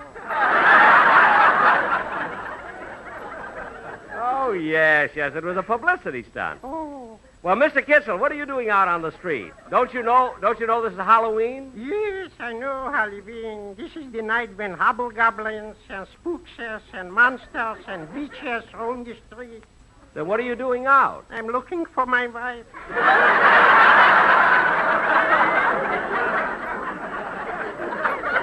Oh. Maybe you saw her. Well, I don't know, Mr. Kitzel. I don't quite remember what she looks like. Well, she's a very cute little woman, about 5'3". 5'3"? In any direction. You mean your wife is that fat? She weighs in the neighborhood of 300 pounds. Really? Yeah, and when she takes off her girdle, she's all over the neighborhood. Mr. Kitzel, you're kidding.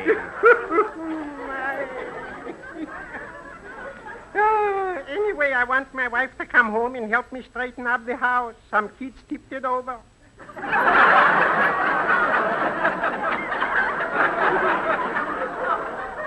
Tipped over your house? Tipped it.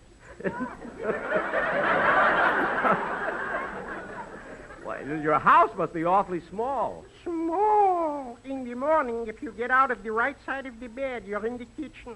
If you get out on the left side of the bed, you're in the bathroom. And if you get out from the front of the bed, you're on the sunset bus.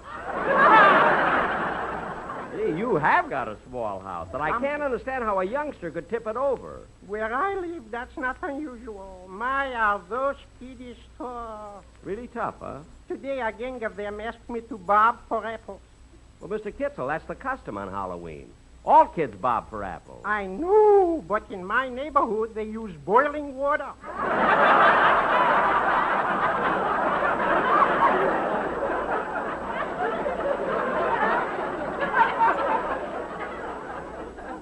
I see. I'm happy. Well, goodbye, Mr. Benny. I got to be running along. Goodbye, Mr. Kitzel. It was nice meeting you again. Likewise, I'm convinced. Oh, by the way, Mr. Kitzel, don't forget the boat Tuesday. Oh, I'll be there. You can be sure.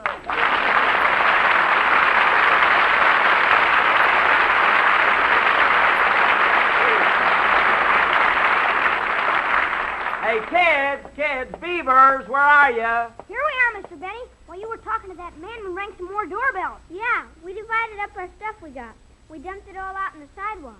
We got a bag of circus peanuts, a stick of gum, a penny, a bottle of Coke, and a Tootsie Roll. I'll take the Coca-Cola. I'll take the Tootsie Roll. I'll take the lollipop. Now, it's between you and me, Mr. Benny. Which do you want, the stick of gum or the penny?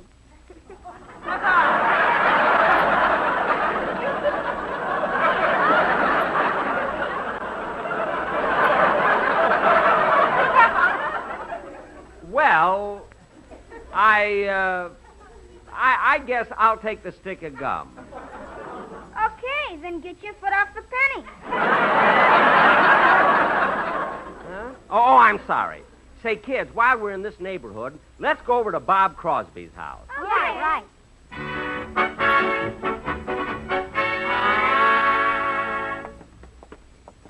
Gee, Bob Crosby lives in a swanky neighborhood. He sure does. Yes, sir. You know, he's working for me now. Which house is Bob's? The one with the for sale sign.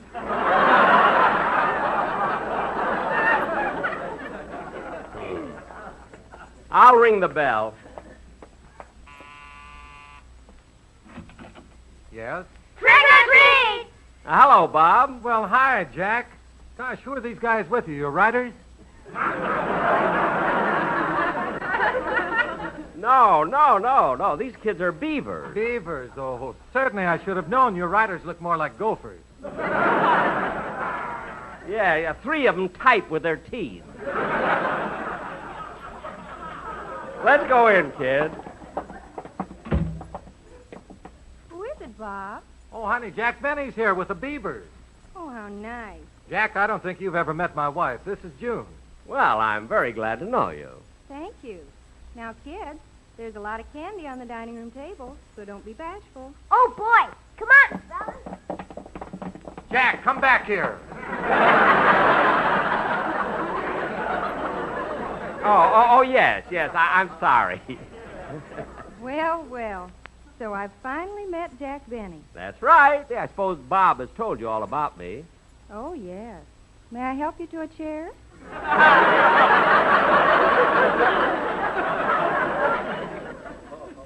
Help me to... Say, Jack, you know, it's kind of bad you didn't get here a few minutes earlier. All the guys in the band were out celebrating Halloween. They all dropped in.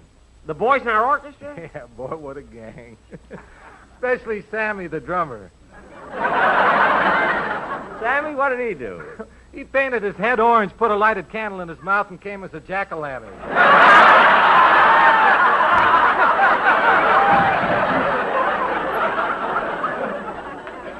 Thought I heard a drum in your house.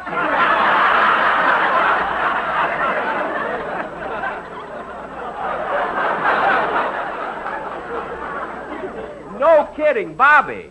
Listen, has Sammy been drinking? I think so. He sneezed and set the curtains on fire.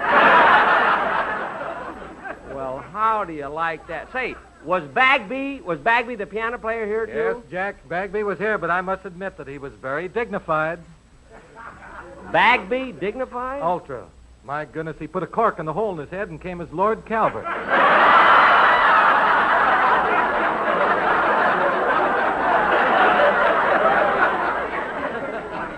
Oh my goodness! I wish I could have seen those guys. Hey, Bob, tell me, what about Remley? You're standing on him.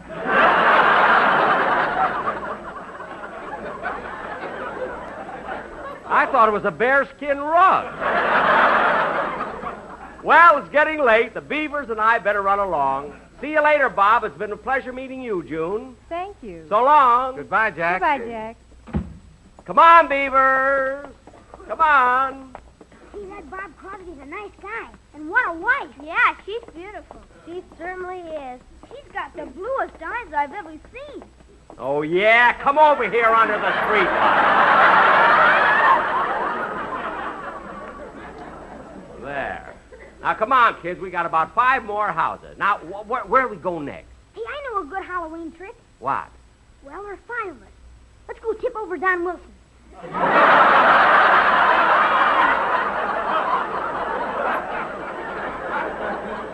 No, we mustn't do that. But let's go over to his house anyway. Okay. Now, come on, Beavers. It's getting late. Now,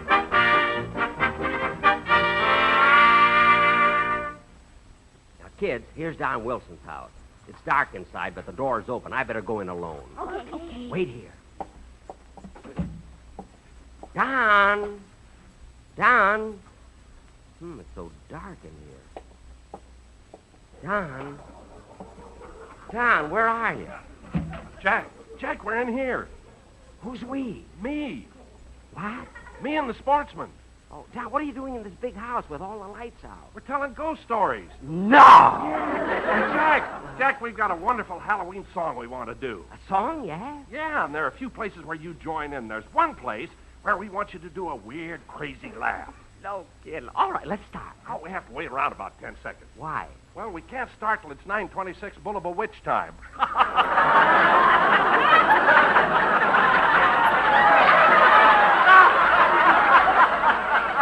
come on. Come on. We've only got about 5 seconds more. Okay. Ready, everybody? Take it, boys.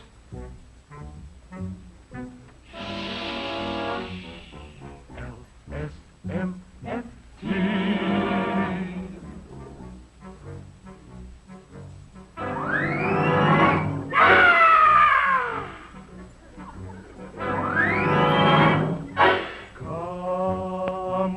you a thrill. There's a house on a hill, full of spooks, but we will frighten them away. Take off my toupee. We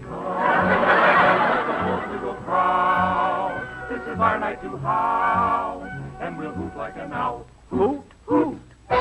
We are the goblins who know where the warm breezes blow and tobacco leaves grow. LSMFT, that's the smoke for me. So take a tip from a ghost. Use tobacco they toast. It's the one you like most. Out, out. Now? No. Oh. Now? Yes. Ooh. Send me in the snow.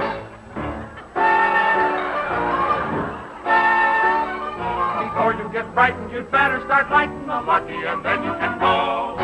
We are the goblins who know how to louse up your show.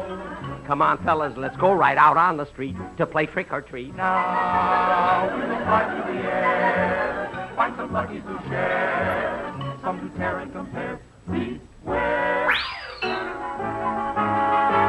You will like Lucky Strike.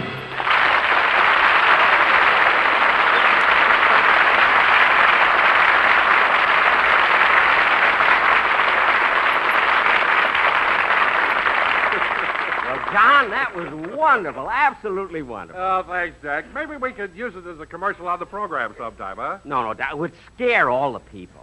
Well, I better go. The Beavers are waiting for me. So long, Don. So long, Jack. So long. Hey, kids, come on out and we'll... Kids! Now, where do they go? I better give the Beaver a call.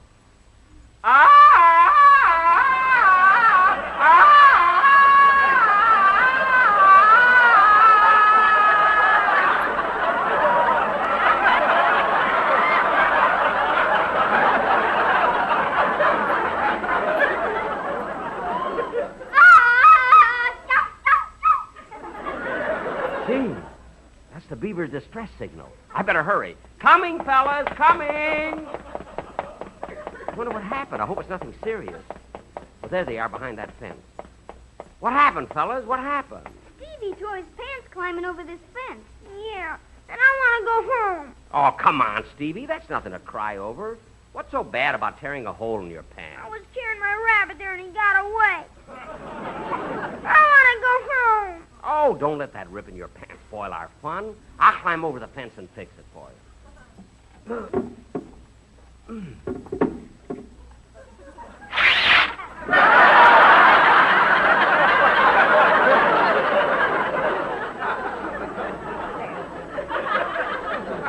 Well, I better go home, too. So long, fellas. We all better go. Okay, Mr. Banks. Before we break up, we want to say something to you. What is it, fellas? For he's a jolly good beaver, for he's a jolly good beaver, for he's a jolly good beaver. But we wish he'd pay his dues. I will, fellas, I will. I see you at the next meeting. So long, Beaver. Benny, bye. So long. Gee, what a night. Such fun. Yeah, it's great to be young. Going around from door to door and... Uh-oh. I wonder... Well, it won't hurt to try.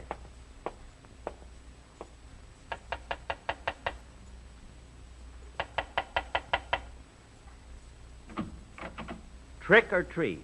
I'm sorry, but I'm only the watchman in this bank.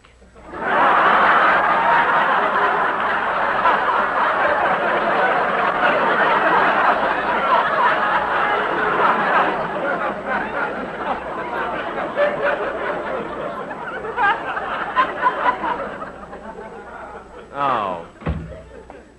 Some people never get into the Halloween spirit. Oh, well, I might as well go home. For I'm a jolly good beaver, for I'm a jolly good beaver, for I'm a jolly good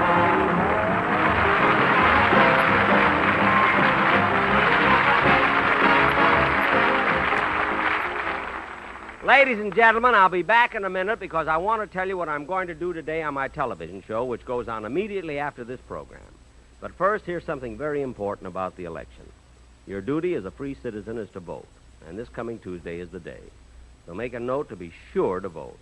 Join your friends and neighbors at the ballot box Tuesday and vote as you please, but vote. See you at the polls. Thank you. Jack will be back in just a moment, but first... Lucky's taste better. Lucky Strike means fine tobacco. Lucky Strike means fine tobacco. Cleaner, fresher, smoother. Lucky Strike means fine tobacco. Lucky Strike means fine tobacco. Cleaner, fresher, smoother. Better get a carton, better get a carton, better get a carton today. You know, friends, it's only natural for Lucky smokers to be enthusiastic about the cigarette that tastes so much better. And Lucky's do taste better. That's because LSMFT, Lucky Strike means fine tobacco. Fine, mild, and naturally good-tasting tobacco. What's more, you enjoy the full flavor of that fine tobacco because Lucky's are packed full and firm, made better in every way to taste cleaner, fresher, smoother. No wonder so many college students are voicing their preference for Lucky's. Remember, a nationwide survey in 80 leading colleges based on actual student interviews reveals that more smokers in these colleges prefer Lucky's than any other cigarette. And remember that Lucky's gained far more smokers than the nation's two other principal brands combined. But most of all, remember the number one reason the students gave for smoking Lucky's: better taste. So, friends, get the better taste that only fine tobacco and a better-made cigarette can give you. Be happy. Go Lucky. Make your next carton Lucky Strike. Be happy, go Lucky Strike today. Hello, ladies and gentlemen. See, I came back just like I promised. I want to tell you that on my television show, which goes on in exactly 30 seconds on the CBS television network, I'm going to have as my guest star Dinah Shore, and we're going to do Buck Benny Rides Again. So for those of you who haven't got a television set, you've got 30 seconds to buy one. If you live in Waukegan, my cousin Cliff Gordon will have one going in the window. See you in a few seconds.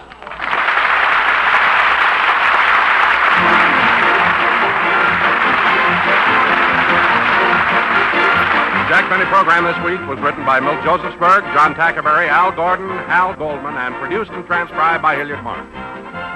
The Jack Benny program is brought to you by Lucky Strike, product of the American Tobacco Company, America's leading manufacturer of cigarettes. This is the CBS Radio Network.